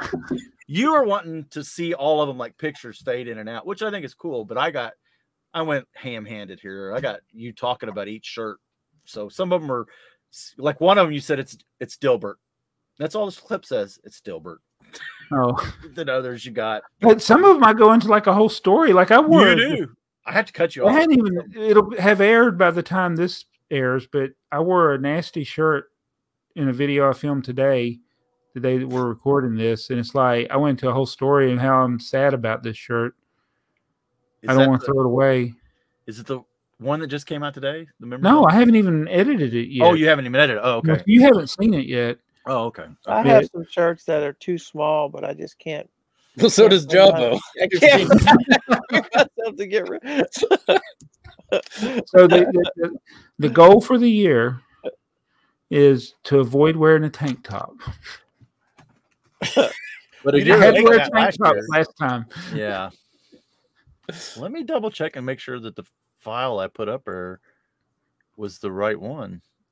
It should have said, yeah, January to April shirts. Okay. Let me look at it again. So is it going to be like a part 1 video, part 2 video? No. I'm not. I'm gonna wait. I just wanted to show him where it was at. No, just so you could see it. You're right. It hadn't. It wasn't done download. downloading. That's why I didn't see the whole thing. It's 17. How long you say it is? Does it say 17 minutes? 17:27. Okay, maybe.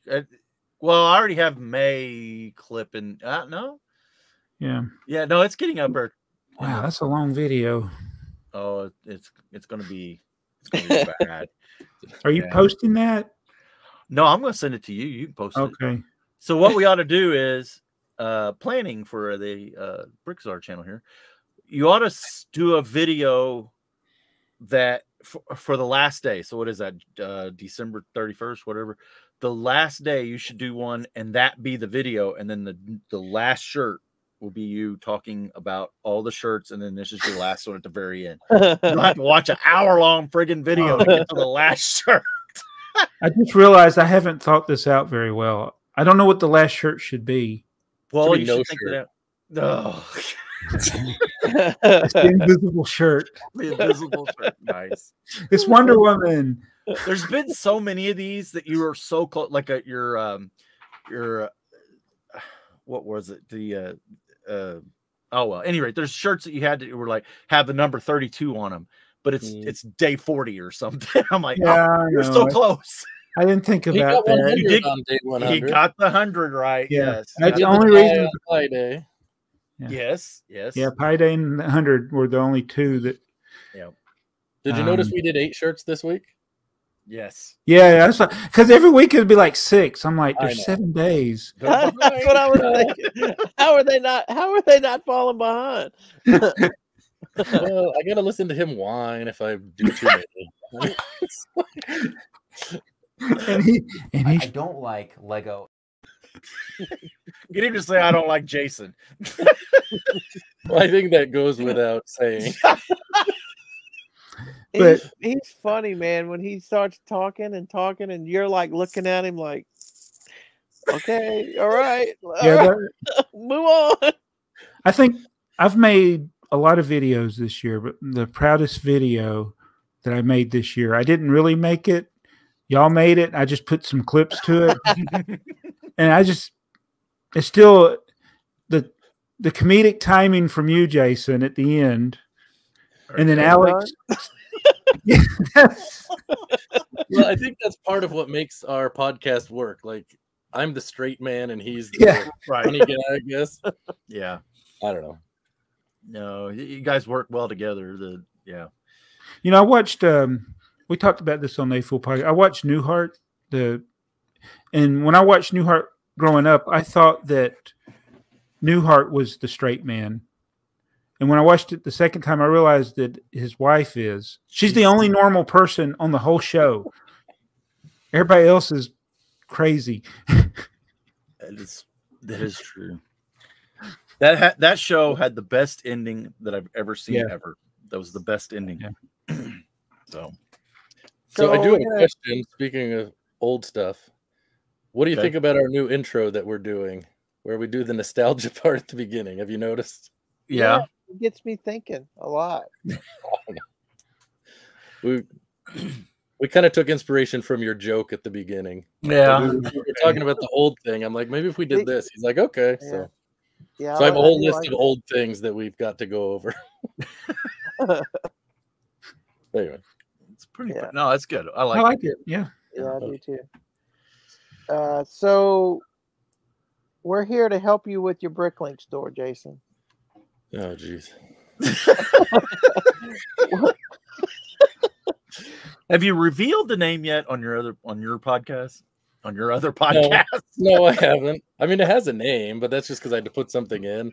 Well, yeah.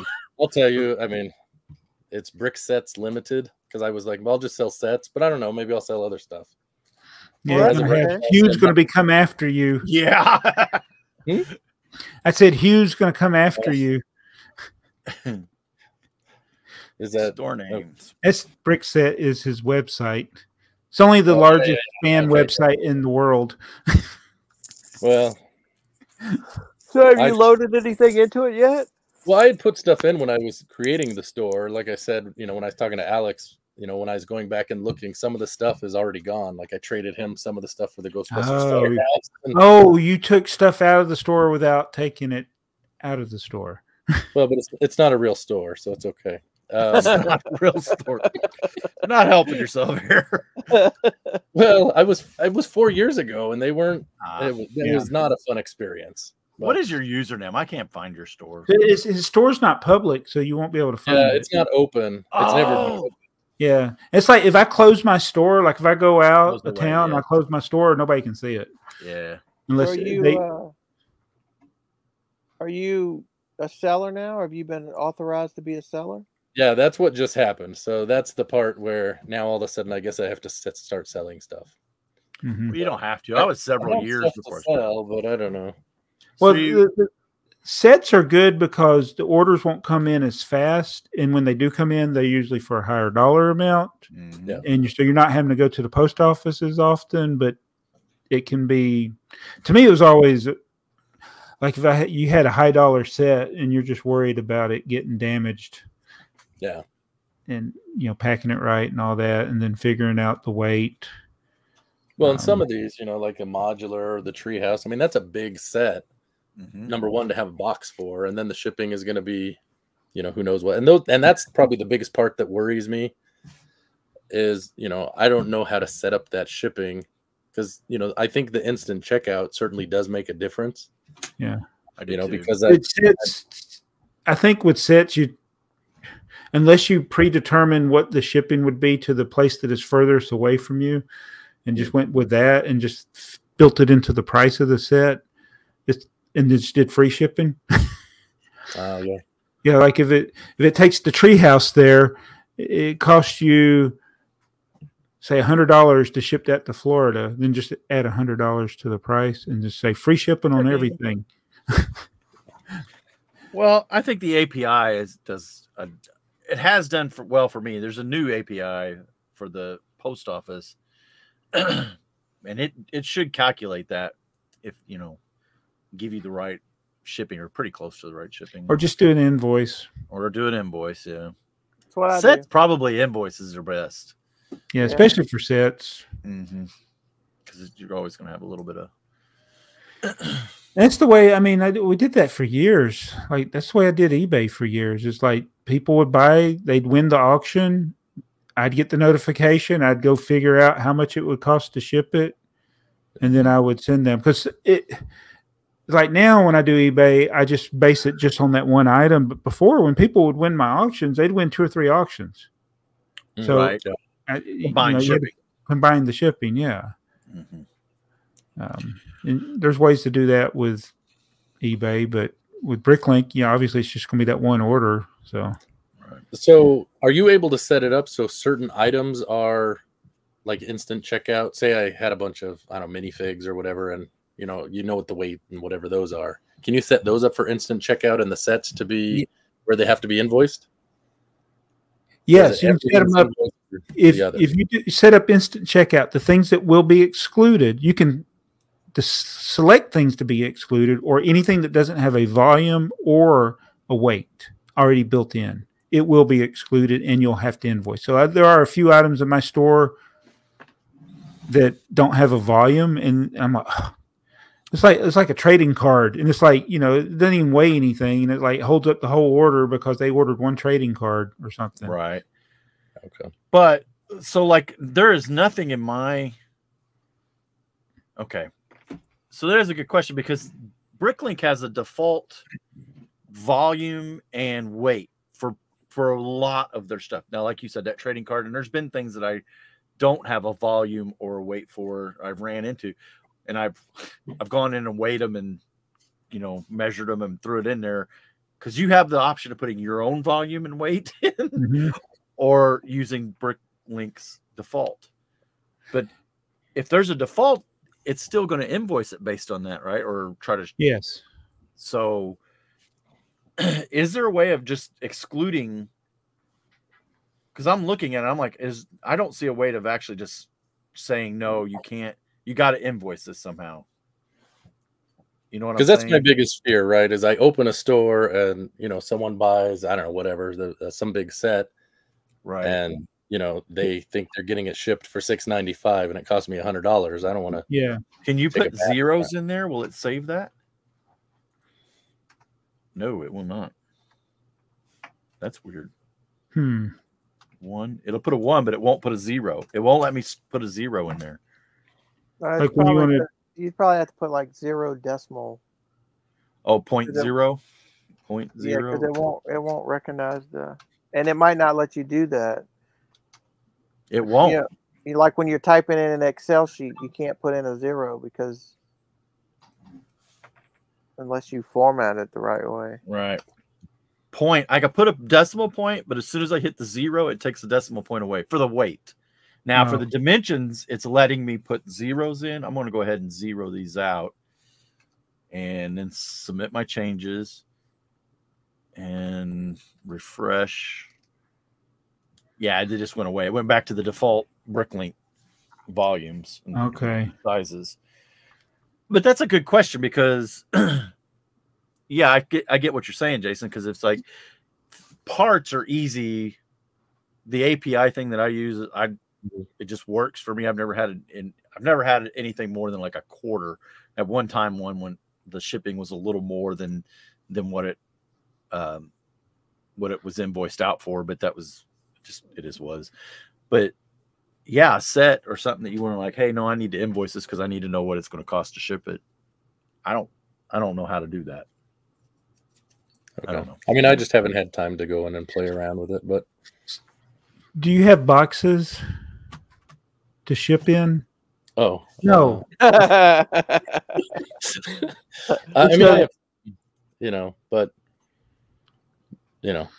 I've kept some, but it's I haven't been selling anything, so we kind of purge through them as we build up too many, right? So yeah, I mean, I got because not only do I have empty Lego boxes, I have empty shipping boxes, and then at a certain point, I got to go. Okay, I got way too many shipping boxes. I had to purge some of them. Could you pull my store up, Jabbo? On here on stream? No, just so that you could see it. Try to buy 40243. I changed it to manual. We'll see what it does. Okay. Oh, let me do it on here. It might be easier. So go to Bricklink.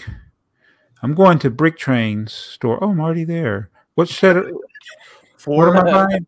40243. 243. Oh, it's a little car. I'm going to buy 4 of those. All right, I'm going to view cart and check out. It says it'll be finalized at invoice. So it did invoice it. Yeah. Yes. Okay, now take it out of your cart. Okay. And I'm going to put it back. Now I was going to get that. It was only $5. Yeah, okay. Now try to buy 4 of them. Somebody already bought them. Gone? I checked out. Quick, let me ship those. Now it's got the shipping calculated. So there's your answer, Jason. Put your let me share this. I think this will work. We'll have to do some more. Are we going to get to see your address and personal information again? Probably. I'll blur it. No, he won't. Just like we edited that part out at the beginning. So let me zoom in a little bit here. Zoom in. Okay, so I changed this package type. It normally has those 3 dashes in it, and I changed it to manual only. And when I submitted that and you went to buy them, you had to get an invoice. Okay. Now that will what? That window, you have to enable a checkbox or something to see those options, right? I don't know. I just clicked on because all I did was go to my store. If I back out, yeah, I just went to here and I found something. Let me do mine. So you clicked on one of your items, a set. I'm going to go to my store inventory. I'm going to go to a set. I don't have those boxes, which means all that the weight, package type, dimension X, dimension Y, dimension Z, I don't have those. So that means I got to enable something in order to see those.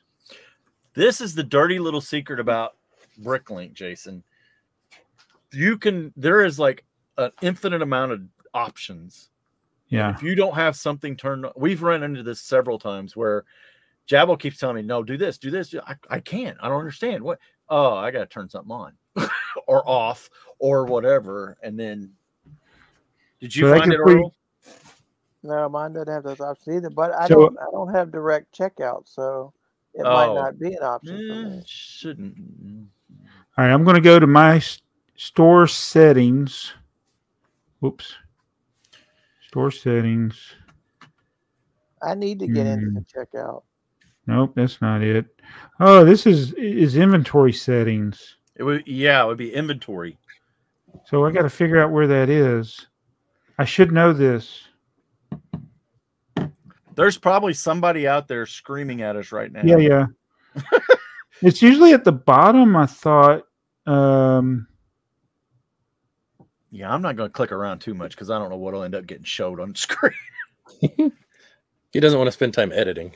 So let me look at another. Show more options. Yeah, so it shows up for parts too. I don't have those. I've never seen it actually. I knew you could do it, but because you like it's store checkout, you can choose which columns you have on your checkout, and people can add things and take things away. And I'm always forgetting where that is. Well, I think it's under isn't it under your Bricklink account and then your settings? Is it under management? Well, it might be. I don't know where these settings are at. I thought they were under management. These settings here. I'm going to click this, and if I show something, I'll just have to edit. My store settings. And then, management. But that's not going to, that's not going to check. Oh, crap. Oh, here it is. Here it is. Inventory. So go to, I got to change my password. My bypass password just got showed. What time is it? 1:39. I got to write that down. I knew better than to click around. All right. Go to, all right, I found it. Go to management. Okay, hang on. But this is where your password is. Probably. Well, he's already showed it, so it doesn't matter. Okay, I'm a manager. I'm just going to change the password. Shopper. What kind of password is that? That's the password to get in if you want to buy something when it's closed. It's not the password to your account. So the worst thing. No.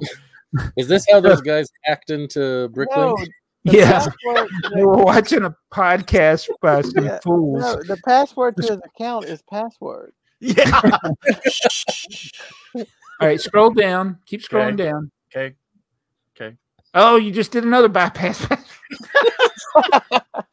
Well, see, if you want to be a shopper or you want to ship it, there's your 2 passwords.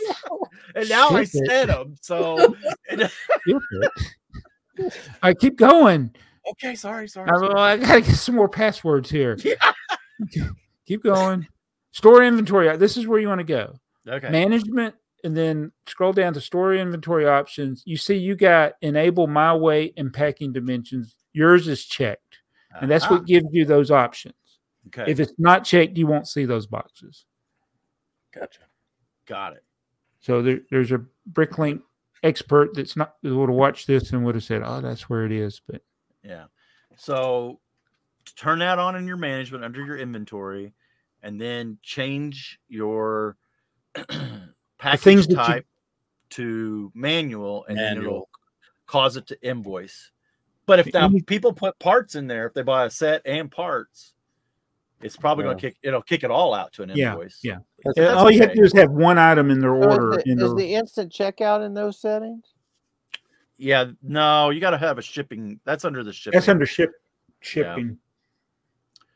So we can go look at that too. Why not? Let's just blow all of my.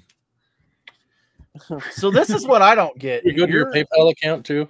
Yeah, let's go ahead. We're over there. So I have these 2 options, but earlier when you were testing it, Jabbo, you said you couldn't see the priority mail, and when you ordered those train weights, it showed. Well, I didn't go. I think so. I didn't actually go.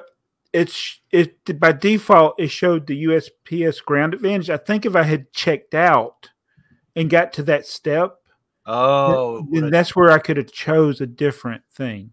Okay. Because I got the group numbers are different. So it should. So group 1, that means that's what it's going to by default show them. Yes. Right. But if I change my priority mail to group 1, then it'll only show one of those options, whichever is cheaper. My understanding. Right. Okay. Is that what this says? Jason, are you getting this? Because I'm not. I'm going to watch this in 10 days. Does it follow along? Methods are grouped. The cheapest option for the order will be shown to the buyer. Groups can be assigned to methods with automated invoicing. So I took it as these would both be shown if they met the criteria. But, just like request invoice is shown if it falls. Yeah, all of that is shown, but it's only showing UPS ground advantage at the estimated thing, but I have to click checkout. Yeah, don't buy the weights. No, I could do it. You can go all the way to the thing and just not pay, and then it'll zero out. I could go and see. Let me do that. Okay. This is. I'm trying to click your screen here. Yeah, it doesn't. Well, you should really try to click it when it's over here on my other screen. It doesn't work there either. Where did it go? I'm like so confused because your screen's on my screen. I know I got a window open with Bricklink, and I'm like, where's Joey's store? It's right here. I already forgot how to find favorites. I'll have to go out somewhere else to show you that. I use this API, this UPS ground advantage, and what it does is it just calculates everything. Oh, I'm in the wrong thing, ain't I? No, this is it. If I click on that, it would edit it. And it just says, oh, they've got whatever, 15 grams of parts. It's going to cost this. It doesn't really care too much about size because it's weight band. It's weight bands. So you got to have boxes available or, whatever. I usually ship added envelopes. Yeah. So up until like a week ago, I had just the UPS retail and everything would fit in a padded envelope for that. If they bought more than what would fit in a padded envelope or cost more because of the weight, then it fell through to this UPS priority mail option. And that always worked really well for me. But now USPS has changed to this ground advantage, which goes up to like 50 pounds or something.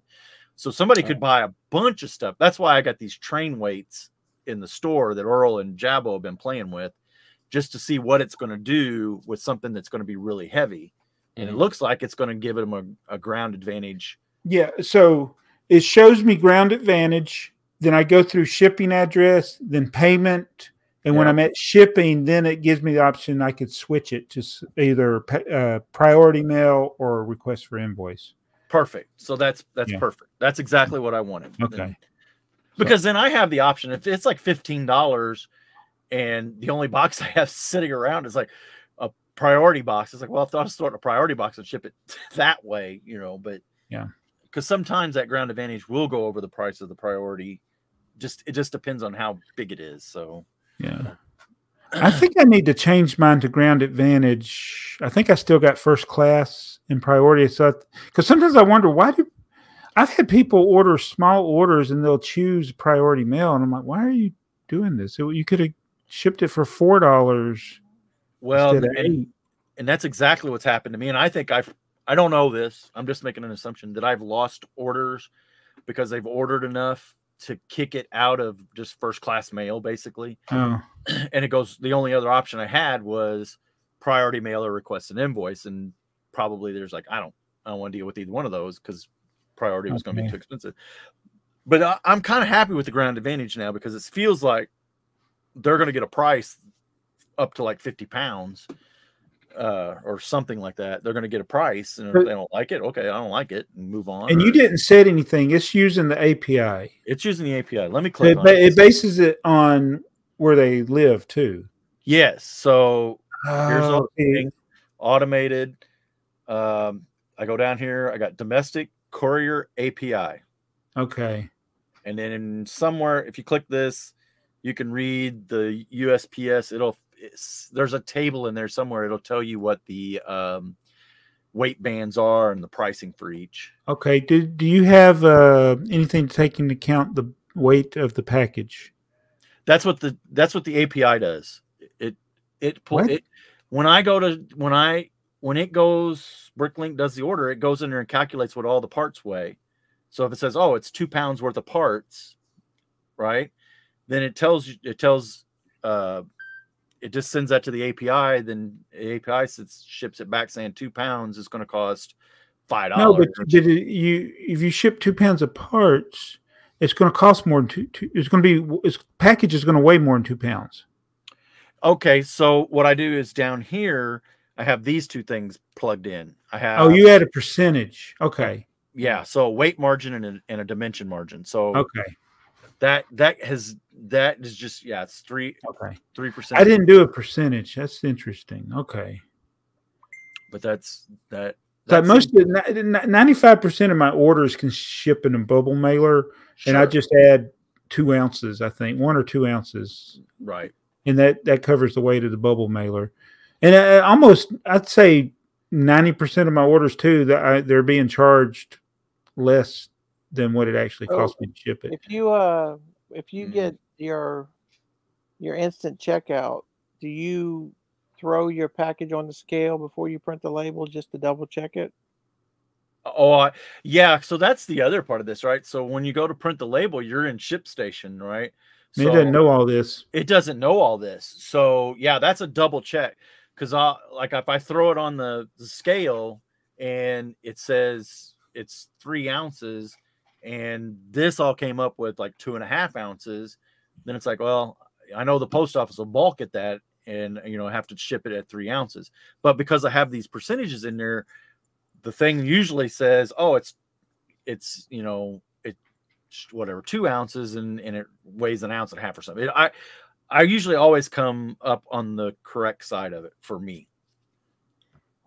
But yeah. So if I will charge them $4.50 to ship it, but it actually is going to cost me like $4.25 from the post office, which gives me like a 25 cents for the bubble mailer, which actually is still not enough to cover the bubble mailer. Yeah. Or the label. I count personally for a lot of things I do. I count it as cost of doing business. The tape, bubble mailers. Yeah, I don't add that to the cost. I mean, some people add a handling fee, and there's nothing wrong with that. I just like that's why I have a store minimum. So if I was to do away with the store minimum or lower it, then I might add more for the bubble mailer because I don't want to do a $1 order. Right. And I used a 30-cent bubble mailer. Right. I got charged a fee. It's like there's no point in doing an order like that. Yeah, I got my minimum at 5. I think you're at 10. I lowered it from 10 to 9. To 9? Yeah. Yeah. Okay. It's a weird number, but it is. Yeah. Do you have a minimum, Earl? Yeah.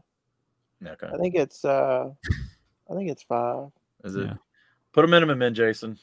Yeah, okay. I think it's 5. Because this will happen, and I had multiples, and this is why I brought the minimum back. I had 1 cent orders. Yeah. 1 cent. I had multiple 1 cent orders. And back in the day, people would order from me to get my address. And I'm like, dude, it's in the description of the video. You don't have to order from me to get my address because it's not my address. This is another one here too, Jason. This max buy. I mean, if you like Alex was talking about how $4,000 order or something, you can just stop that silliness. You know, like say, hey, you got a PayPal limit, like if you can't take more on PayPal, right? So, and with sets, that may be a thing because yes, it'd be easy for somebody to go in there and make $1,000 order, right? Yeah, I'll have to look at it and see. I don't know. I haven't decided for sure if I'm going to do it, but we'll see. It ain't as bad as I say. It's cheaper than the fees are cheaper than eBay, but you can probably get a higher price on eBay, and it'll sell faster on eBay. It'll sell faster on eBay. But if you're not in a hurry, which it doesn't seem to be that you're in a hurry, you could just. And that's how I lost my Emerald Knights. When the Emerald Knight went on sale, I bought 4 of them. I built one of them. I put what I would do. I had shelves almost very similar to what you have, and if I had duplicates of things, I would just put them on my shelf and put them in my Bricklink store at a price much higher than what I paid for them, and they sit there for years. And then one day I come down and somebody's bought all 3 of my Emerald Knights. And I'm like, whoa, what happened? What happened? Price changed. And when stuff starts selling, I know that's when the stock's getting low from other sellers. Right. And so everybody doesn't have to worry about it. I just changed my passwords to my closed store, and you'll never know. Ship it. On Shopper. I thought it was clever because they're not like it's a big deal. It's like when you have your store closed and it's like, hey, I need to get something from you, and it's like, okay, the bypass password is I got a couple of buyers that remember mine, and so like sometimes when my store's closed, they'll still order from me. Well, I was gonna say you said yours one time or did something one time too. I don't worry about. I mean, the worst case they're going to be placing an order when the store's closed, or bypassing the minimum. Right. That's the only 2 reasons for it. So I'll have to come up with something more clever now. So it can seem overwhelming with all that there is, but if you start off simple and just set it at a pace where you're not going to be flooded with orders. I mean, when Barn Bricks opened his store, I mean, he built his store up before he opened it. And then when he opened it, he had such good stuff that he got flooded with orders, which was to be expected. And I built my store up over 2 decades. So it's like I have 5 sets and 10. It's just like I grew up over time, and I didn't worry about if I got orders or not. Yeah. Well, that's kind of where I am is, I've learned a lot from you and Earl and other people on YouTube and stuff. But now I'm 5 years away ish from retiring. And I told Heather the other day, I said, we're going to have to get serious about the store stuff because it's, we haphazardly put stuff in. We, put one set or one copy of a set in. And it's like, oh, I got drawers in there with one stinking piece in one stinking piece in it, and that ain't efficient. You need to get more. So, yeah, there's advantages to just kind of going at it slowly. Yeah, you build over time, and then you need space. Irregardless, you had to get it in there. I have some breaking news. Oh, here we go. He's going to reveal the set, ladies and gentlemen. You saw it here first. So did you guys see that the Brick Designer prices are out for Series 2? Oh, no. Okay, don't go there. Let's do a little game. This is breaking news. Well, yeah. Can you show the picture without showing the price? Yeah, I'll just. Are you? You can just tell us the set and the amount. So this one here, Logging Railway. Okay. How many pieces? So this one is 2,731 pieces with 2 stickers. $400. No, I'm gonna say. I'm gonna go $329 on that one. $450. Who is the highest without going over, or the closest without going over? $209. Whoa! What? Wow! There's a lot more little pieces than I thought. Okay. Next is the Ocean House. Ocean House. Yeah, this is like, I don't know, some sort of. But we can't buy these right now, right? No. It's June, right? No, but it's going to be soon. It's like 35 days away. So it's June. This one here. Okay. $78. Let me say 75. That's 2,207 pieces. Oh my God, it's bigger than I thought. I'll revise to 150. I'm gonna go 199 on that one. 199. 179. Well, one of you is correct. It is $199.99. Oh wow! Way to go, Earl. Good job. All right, next. And you were within $1, so you get an extra bonus when you come up on the Price is Right. Do you know that $100 bill that he gives out? He has to take that $100 bill back from him because he only has $100 bill in case somebody wins it again. And then after the show, the person who won $100 gets their $100. But the one that he gives, $100 bill. Yeah. Fun. So next is the Mushroom House. Alex's favorite. What are we going? What it's 964 pieces. What it's selling for, or what its value? What it's $69. $69. 110. Oh, 75. Going to $89.99. Oh, wow! So that's a pricey one. I think it's got those big elements in it. That's a pricey one. Then there's the Brick Cross Station, the train station one. 300. Oh, this one has 3,050 parts and 14 stickers. Well, based on the other one going for $209, I'm gonna go with a bargain at $299.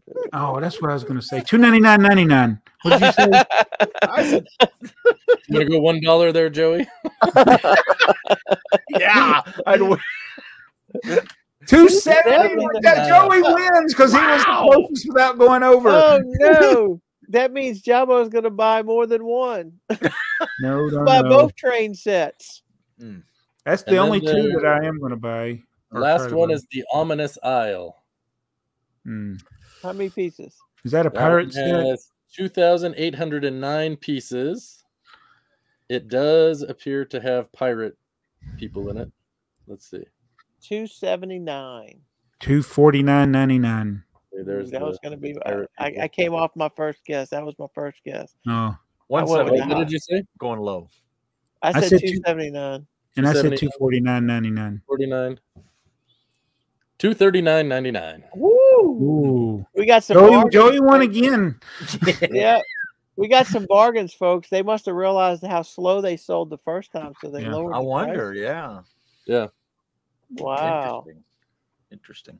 Anyway, sorry. I just thought you guys would be interested in that. So earlier in the week, I think I sent a comment to you guys about this was before I knew you were going to be on here. A lot of the debate over the expensive price for a Lego set that doesn't have a lot of pieces is, oh, they have big elements. But then when you get to like that new Milky Way set and it's all these little pieces and the price is way up there. So what gives with that? Is it do the small pieces cost more or do the big pieces cost more? It has big pieces in it.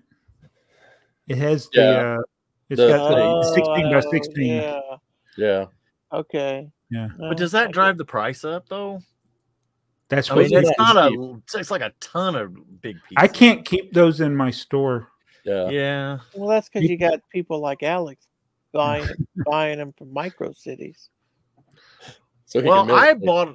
Yeah, I was gonna say I've bought them before to try to do the Mills plate, and they don't work out as great. No, I millsed a bridge using those, but it fall apart. It didn't fall apart, but it's actually sitting on a piece of. It's sitting on a supported piece of wood, so it's not a Lego bridge. But I needed a way to hook the Technic stuff to make it look like a bridge. So anyway, yeah, I'm curious to see because people do still use them for. I don't know what they're using if they're making their own art mosaics or they're using them for bases, but the choices of the color in that Milky Way set of those weird elements, it's like that. I think that set when it first comes out, it's going to have a crazy part out value, but it's not going to be parts that people want. Right. Yeah. I don't see it being one you can use like for a normal mosaic because it's not tiles or the round. It's like the Great Wave. A lot of those parts can be used in just all kinds of other builds because it's not crazy wild colors. It's a lot of neutral colors or whites and tans and things that people can use. Right. I agree. I agree. All right, let me get to some comments. Whew. 2 hours in, we're going to start comments. Well, hurry. All right. So this is the part Jason looks forward to. Yeah. You don't have to read them. Alex is the one that. Yeah. Jason's probably got a theme paper in here for me to read. Shy time is my time. In '97, I promoted or graduated from the 6th grade to middle school. I remember the AFoOL podcast was the only Lego podcast that would list when YouTube launched podcast on YouTube Music. Did it compete with Spotify as intended? Not sure, but you can drop videos on Spotify. You can. I take heart to the retention rate on Spotify for Cali Bricklink and Sitting on a Stoop as they were higher than YouTube, as they were in a good indication of viewers who click for a longer format podcast content. And last, way to up that pressure, Jabo. 500,000 by next year. Yeah. So I don't know what our retention rate is on Spotify. I went to look at that the other day. I'm gonna have to get smarter on that. I couldn't find it right away. I didn't have enough attention span to look at our retention rate. Yeah, I was a little too lazy. One of us has headphones. And that same one of us could have 3 different camera angles if he chose to. Who, me? No, I like Joey does 3 different camera angles all at the same time and doesn't edit them.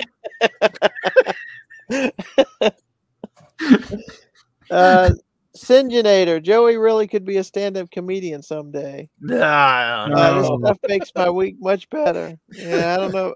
I'm gonna have to disagree with you there, buddy. One joke doesn't make a stand-up fruit. Gears and Bricks. I agree with Jabo in that this podcast is not boring.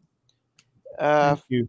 Finally finished after trying to watch throughout my day bit by bit, and I'm glad I stuck around to the end. Good show as always, you guys.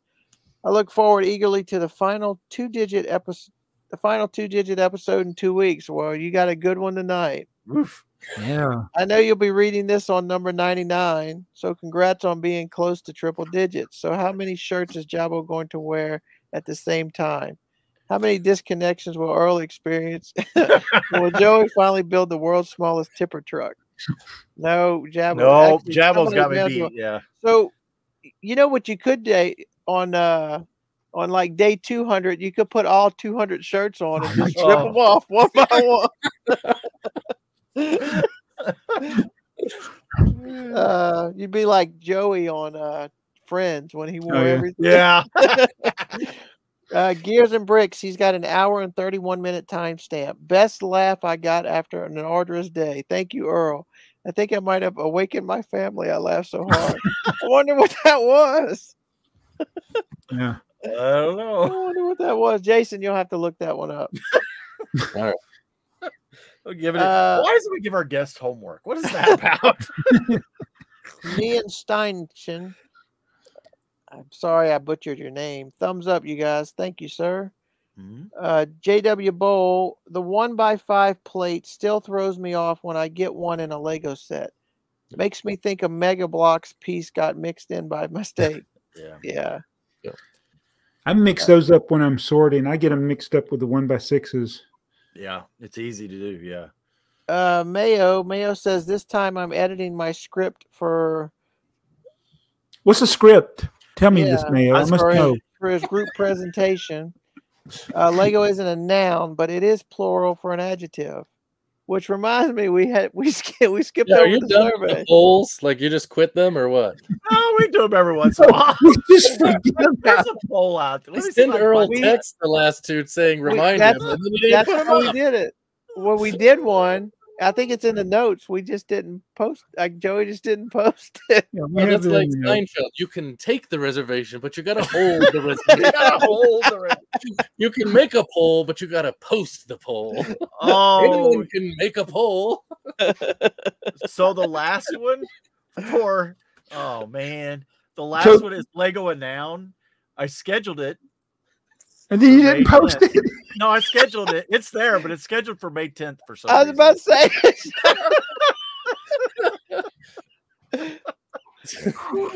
Okay. Blockhead UK. More entertainment this rainy Saturday morning as I prepare for my big neoclassic space moon-based mod. To travel to Discovery Brick Show next weekend.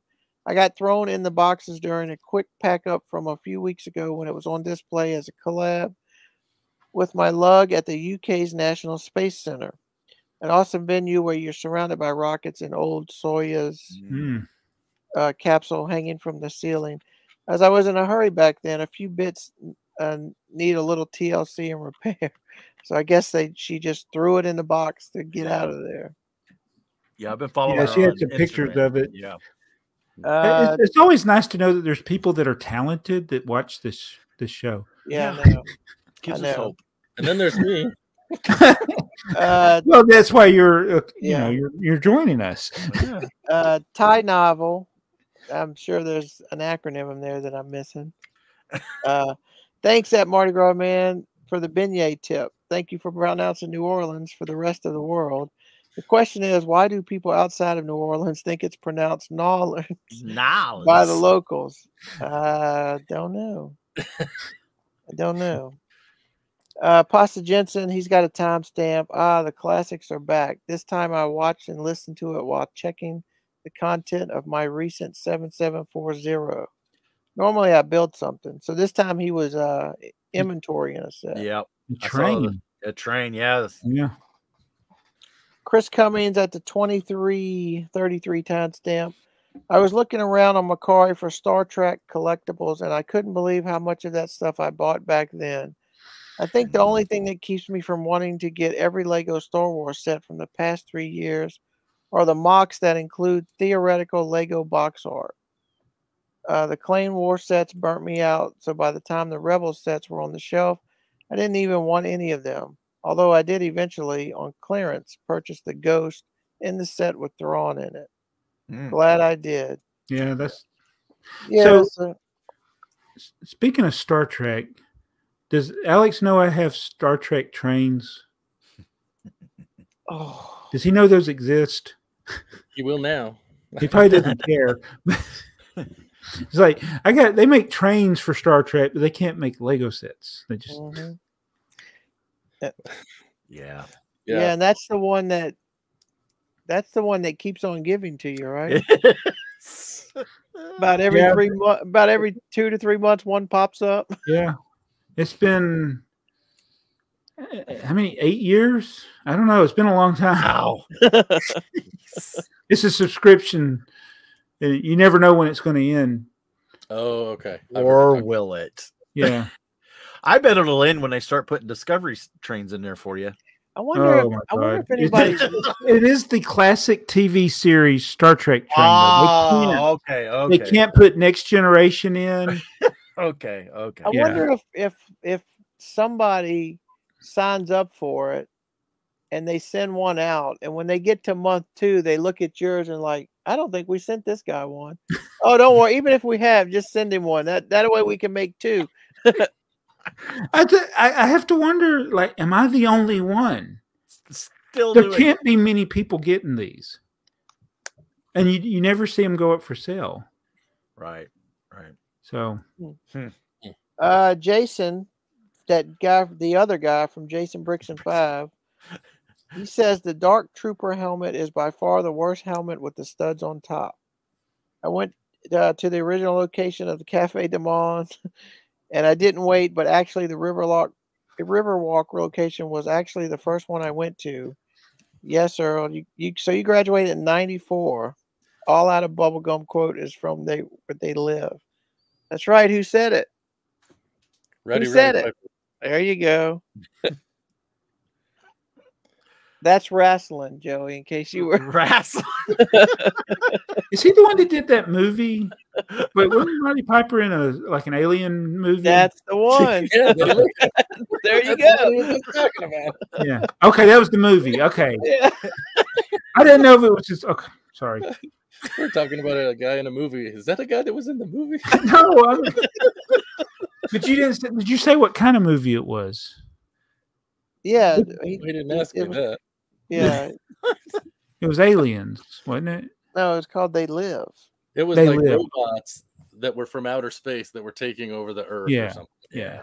And he got the glasses so he could see who the robots were versus the people or something. I don't remember. Right. Yep. Yeah, same principle. That was in there was another movie that came out a few years ago that was really bad that used that same thing where they had the vision where they could tell the aliens from the good people, but it was the aliens that tricked them. They were seeing they had it backwards. Oh. That was the Fifth Wave or something. Oh. Very bad movie. I thought you were talking about, what was it? The Ryan Reynolds movie? Isn't that the one? The other guy? Oh, that's Guy. Was it Guy? Guy. I haven't seen Free Guy. Guy. Yeah, he had. Okay, that was more. That's probably more like it though. Guy Guy is pretty good. Yeah, that was a pretty good. show. Yeah. That was a pretty good movie. Yes, it was. Ian Wasnick. Wonder if I play with the building sets and the building toys made by the Lego group. They were there. Are we happy now? Oh, he's trying to say it correctly. Yeah. Johnny G. I play Legos all the time. Legos are a verb. Verb is doing word. Great show, Joey, Jabo, and the other guy. We're going to have to get our official land ambassador to get that started to the Lego group and ask them if it's okay to say I'm playing with my Legos. Well, we know what to say. Yeah, so they always have that wanting to protect their trademark, but I have never, ever seen one news article by a well-known news agency that has got it right ever. Right. They always say Legos. If it was on the national news, like the Today Show or whatever, they would say Legos every single time. Well, what is the worst thing that Lego could do in that situation? To make is that an issue with English though? Like, do you think that it's not a problem in, say, Danish? I think that's what people in Europe say. They say it's our problem. It's an American thing. I don't have a problem with it. You call whatever you want. Yeah. Well, the thing is how many times have you, as you tell someone that you build Lego sets, you collect Legos, and my kids play with Legos, and it's like, their Legos are Mega Blocks and Mega- yeah. Legos, Right, and yes. any kind of building brick is Legos. Legos. You know? That's what they're trying to avoid. That Yep. yes. Yeah. Yep. User RG1XM4FF4G at the 939 timestamp to Jabo. Set from the vault should be Classic Space 1580. I've never heard of it, but it looks amazing and it's pricey. If only I could stump you on a rare set. It's my mission in life. That 1580, that was one of those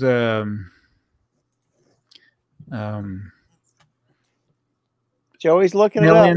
I got it. I'm just gonna see if he gets it Before first. he post it. It's a Classic Space. It's rare. It's and valuable. Let me see if I pull it up in BrickTsar to get a better picture. Yeah. They call it Lunar. That's it. Lunar Scout. That's not the one I thought. Then I had the wrong one. That's a little one. This was retail limited, so there was something special about this one. Okay. So he kind of stumped us. I don't have He it. did There stump you go. I don't have it. Because this is one of those sets I look at, and that looks pretty common, but it's not. Right. I wonder if there's Oh my! Well, look why I don't have it. Wow. Wow. $80. Oh, I thought it said $800. Well, you get to the bottom, it's $650. So there's got to be something unique in it. How much are the instructions? Windshield's that green color. I don't remember that. That's common. Instructions are non-existent. I'm sure the box is non-existent, and the parts. It's just a blue. Then the ones that are for sale on Bricklink have been Bricklinked together, probably. Oh well, the $650 one was in box. That's a normal piece. That gray piece. Wait, that may not be in gray, right? Yeah, that's in gray. It's not super expensive, but $3. It's not as common. Yeah. And then the green. See what that thing is. It's less than $1. You can piece this together for I would think $25 or less. Yeah. My question is, do you build it with the 1x1 round studs still connected to the sprue? On the red piece, yeah. Well, now I'm gonna have to get one. $80. Wow. Yeah, just get that gray brick and you're halfway there. Yeah. Well, that's my new project. Maybe if I start doing Indiana Jones was your new project. Oh, it is. It's my current project. I'll just add this to the list. This is so Jason, do you are you searching for those box sets that you need? Or are you just, I mean, is it like a daily search or is it? Yeah, I look every couple days, just kind of see what's out there. I mean, I'm getting now to the point where there's not a ton that I need left. Oh. What's the main ones that you need? Well, so I got the Temple Run. That was the big one, the old, it's not the Temple Escape, I think is what it's called. Yeah, Temple. It came in really good shape, and it was only $280, and I was real happy with that. So the big ones that I need the Temple of Doom. I mean, I have them all. Field, I need the Temple of Doom. That's gonna be the priciest one, probably, other than the San Diego Comic-Con. I know, whatever. Yeah. Do like I did, build it.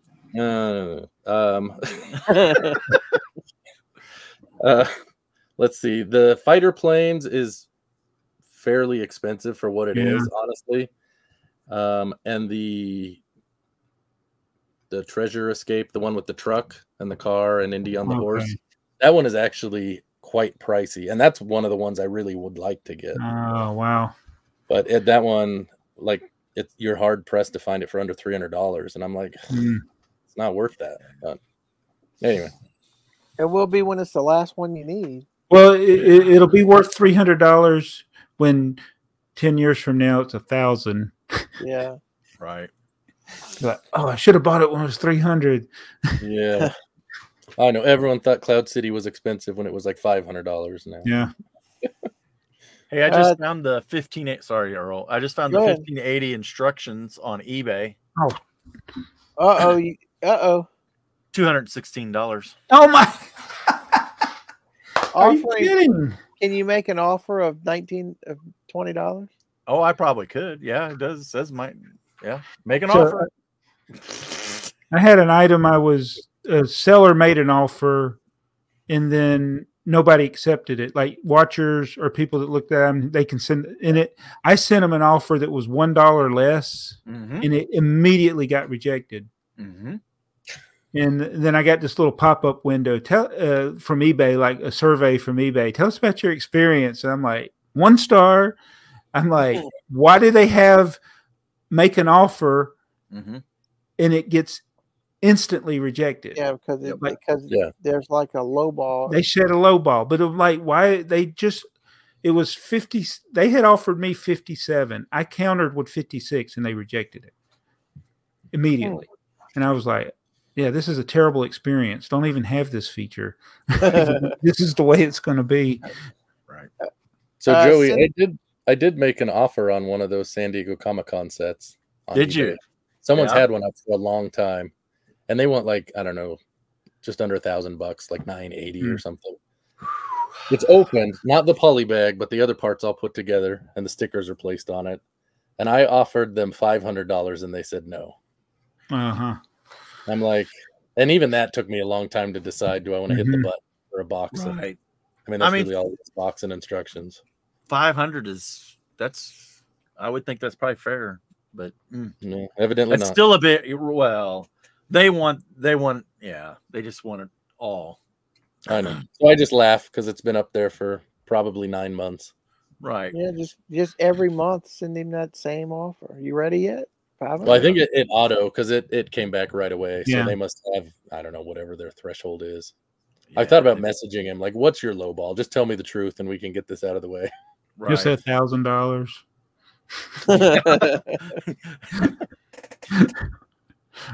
Sin Killer Tachikawa. Sometimes colors can be worth a gamble. I bought trans pieces that only existed from a single seller, which as far as I can tell should not exist, or at least I can't find a set. Not sure if I have pocketed test molds or what, but they have genuine markings. Q colors. Yeah. Yeah, and there's an endless number of those Q elements. Yeah. So, and those are that's another thing that they're expensive, but they're not rare. But it is kind of hard to get, but there's not a lack of abundance of them. Well, it depends on what it is, though. There's some of them, you're right, but when they go to the Legoland for a particular project, they may only be used in those models that they build, and then whatever the excess is what it is. It's just a matter. You just gotta have some unscrupulous people to sneak them out. Well, that's Toys R Us employees is what used to be the. Gears and Bricks has as a timestamp at 19 minutes. Lego is forcing us to be creative and to read. Who knew going to school all those years would be so useful now? Yeah. Blah. Is it me or does anyone else feel somewhat sad when Joey asks Earl about comments? Which is when the show starts to see the end. I just want the show to keep going as I enjoy listening to the Lego news about Lego. I'm not sure this one's going to end. Another great episode. I was going to say, this one's a gift then, because I think this might be your longest. Gift that keeps on giving. Gears and Bricks, I guess we're looking back on grammar lessons, or am I missing something? I probably need to watch before comment. He's got a timestamp of 1 second.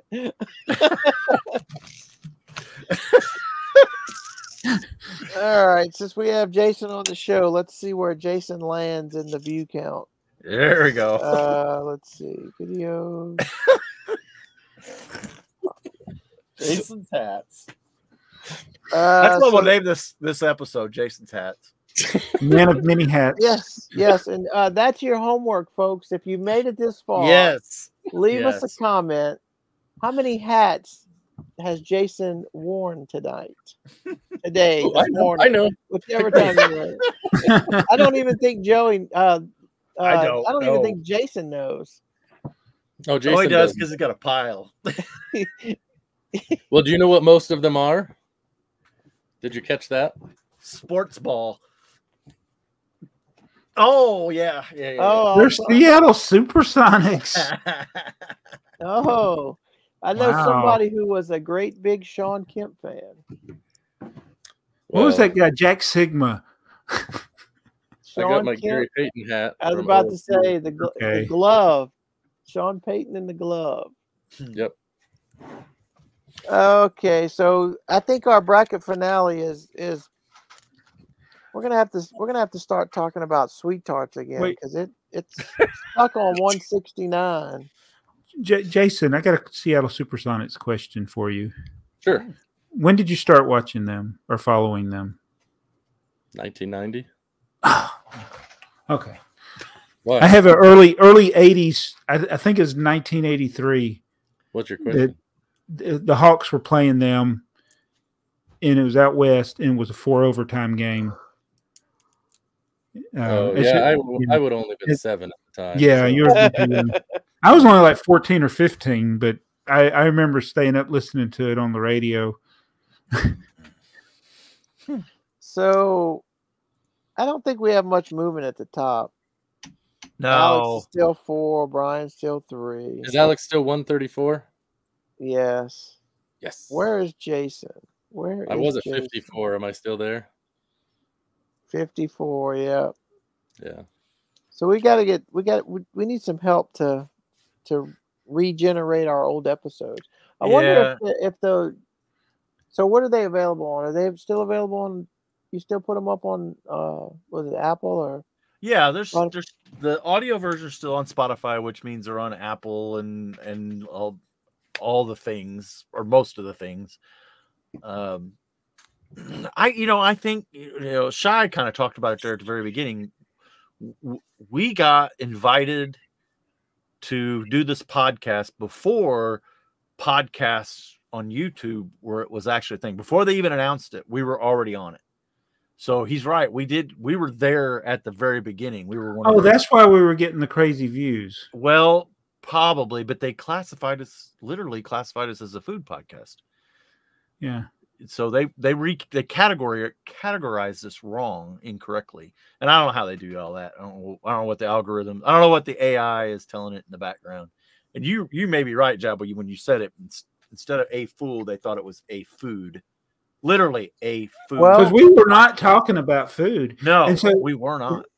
And I don't know if you know this, Jason, but there's a creator channel that YouTube does, and they were talking about podcast, and the YouTube liaison and the woman he was talking to that was the podcast expert. They were going like, "Oh, what's your favorite podcast?" Of course, they name off every top podcast there ever is. But I commented on that video. It's like our podcast was killing it, but it was like I think that YouTube thought our podcast was about food, and then the guy that's the liaison responded to my comment and said, "Why do you think that?" And I told him. He hasn't responded back yet, has he? No, he did. He even, or somebody did. Somebody liked it. Oh, I liked it and commented it. Oh, that was you. I just wanted to be able to see if he commented back, because if I comment, then I would see it, but I ain't seen it. What did he say? I hate it when people ask a question, but they're not really interested in the answer. Right. Yeah. Yep. 2 hours, 28 minutes. Well, we can go another minute and a half. So, well, we got to go at least because you're supposed to cut some of this out. Yeah. Yeah. If we're gonna get to 2:30. Well, what was left on the show notes? Let's see if there was anything. Well, I have a question. What's the big plan for next time? Do you have big? Not be dead. Well, you just spoiled it because it was supposed to be our special guest was going to be Jackson on episode 100. We were going to see if you guys wanted to come on. And he popped in on 100, on 99. Well, you never know. Maybe there'll be a random pop in that you don't know. I can figure out when you schedule. So can you see all the controls for when you're in here now, Jason, since you have the access? I can see, I don't know, mute, stop cam. Like I can kick Earl out. Should I do that? Remove No, Earl? well, you could. Everybody will just think his internet quit again. See, that's it. His internet's Wait, so all this time Joey's been kicking Earl out? He's like, oh, Earl's gonna talk. We better shut him up. Yeah, That's funny. it is. Whoops.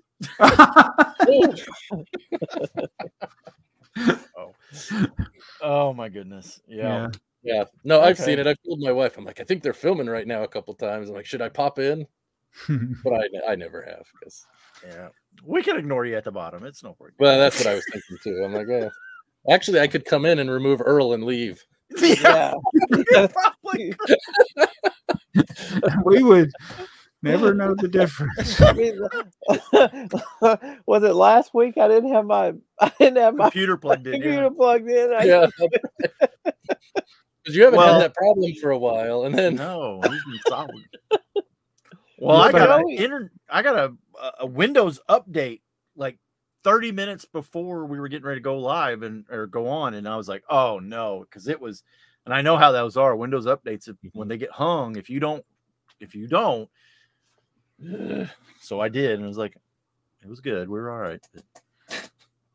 So, okay, yeah, we don't really have a plan, a real good plan for.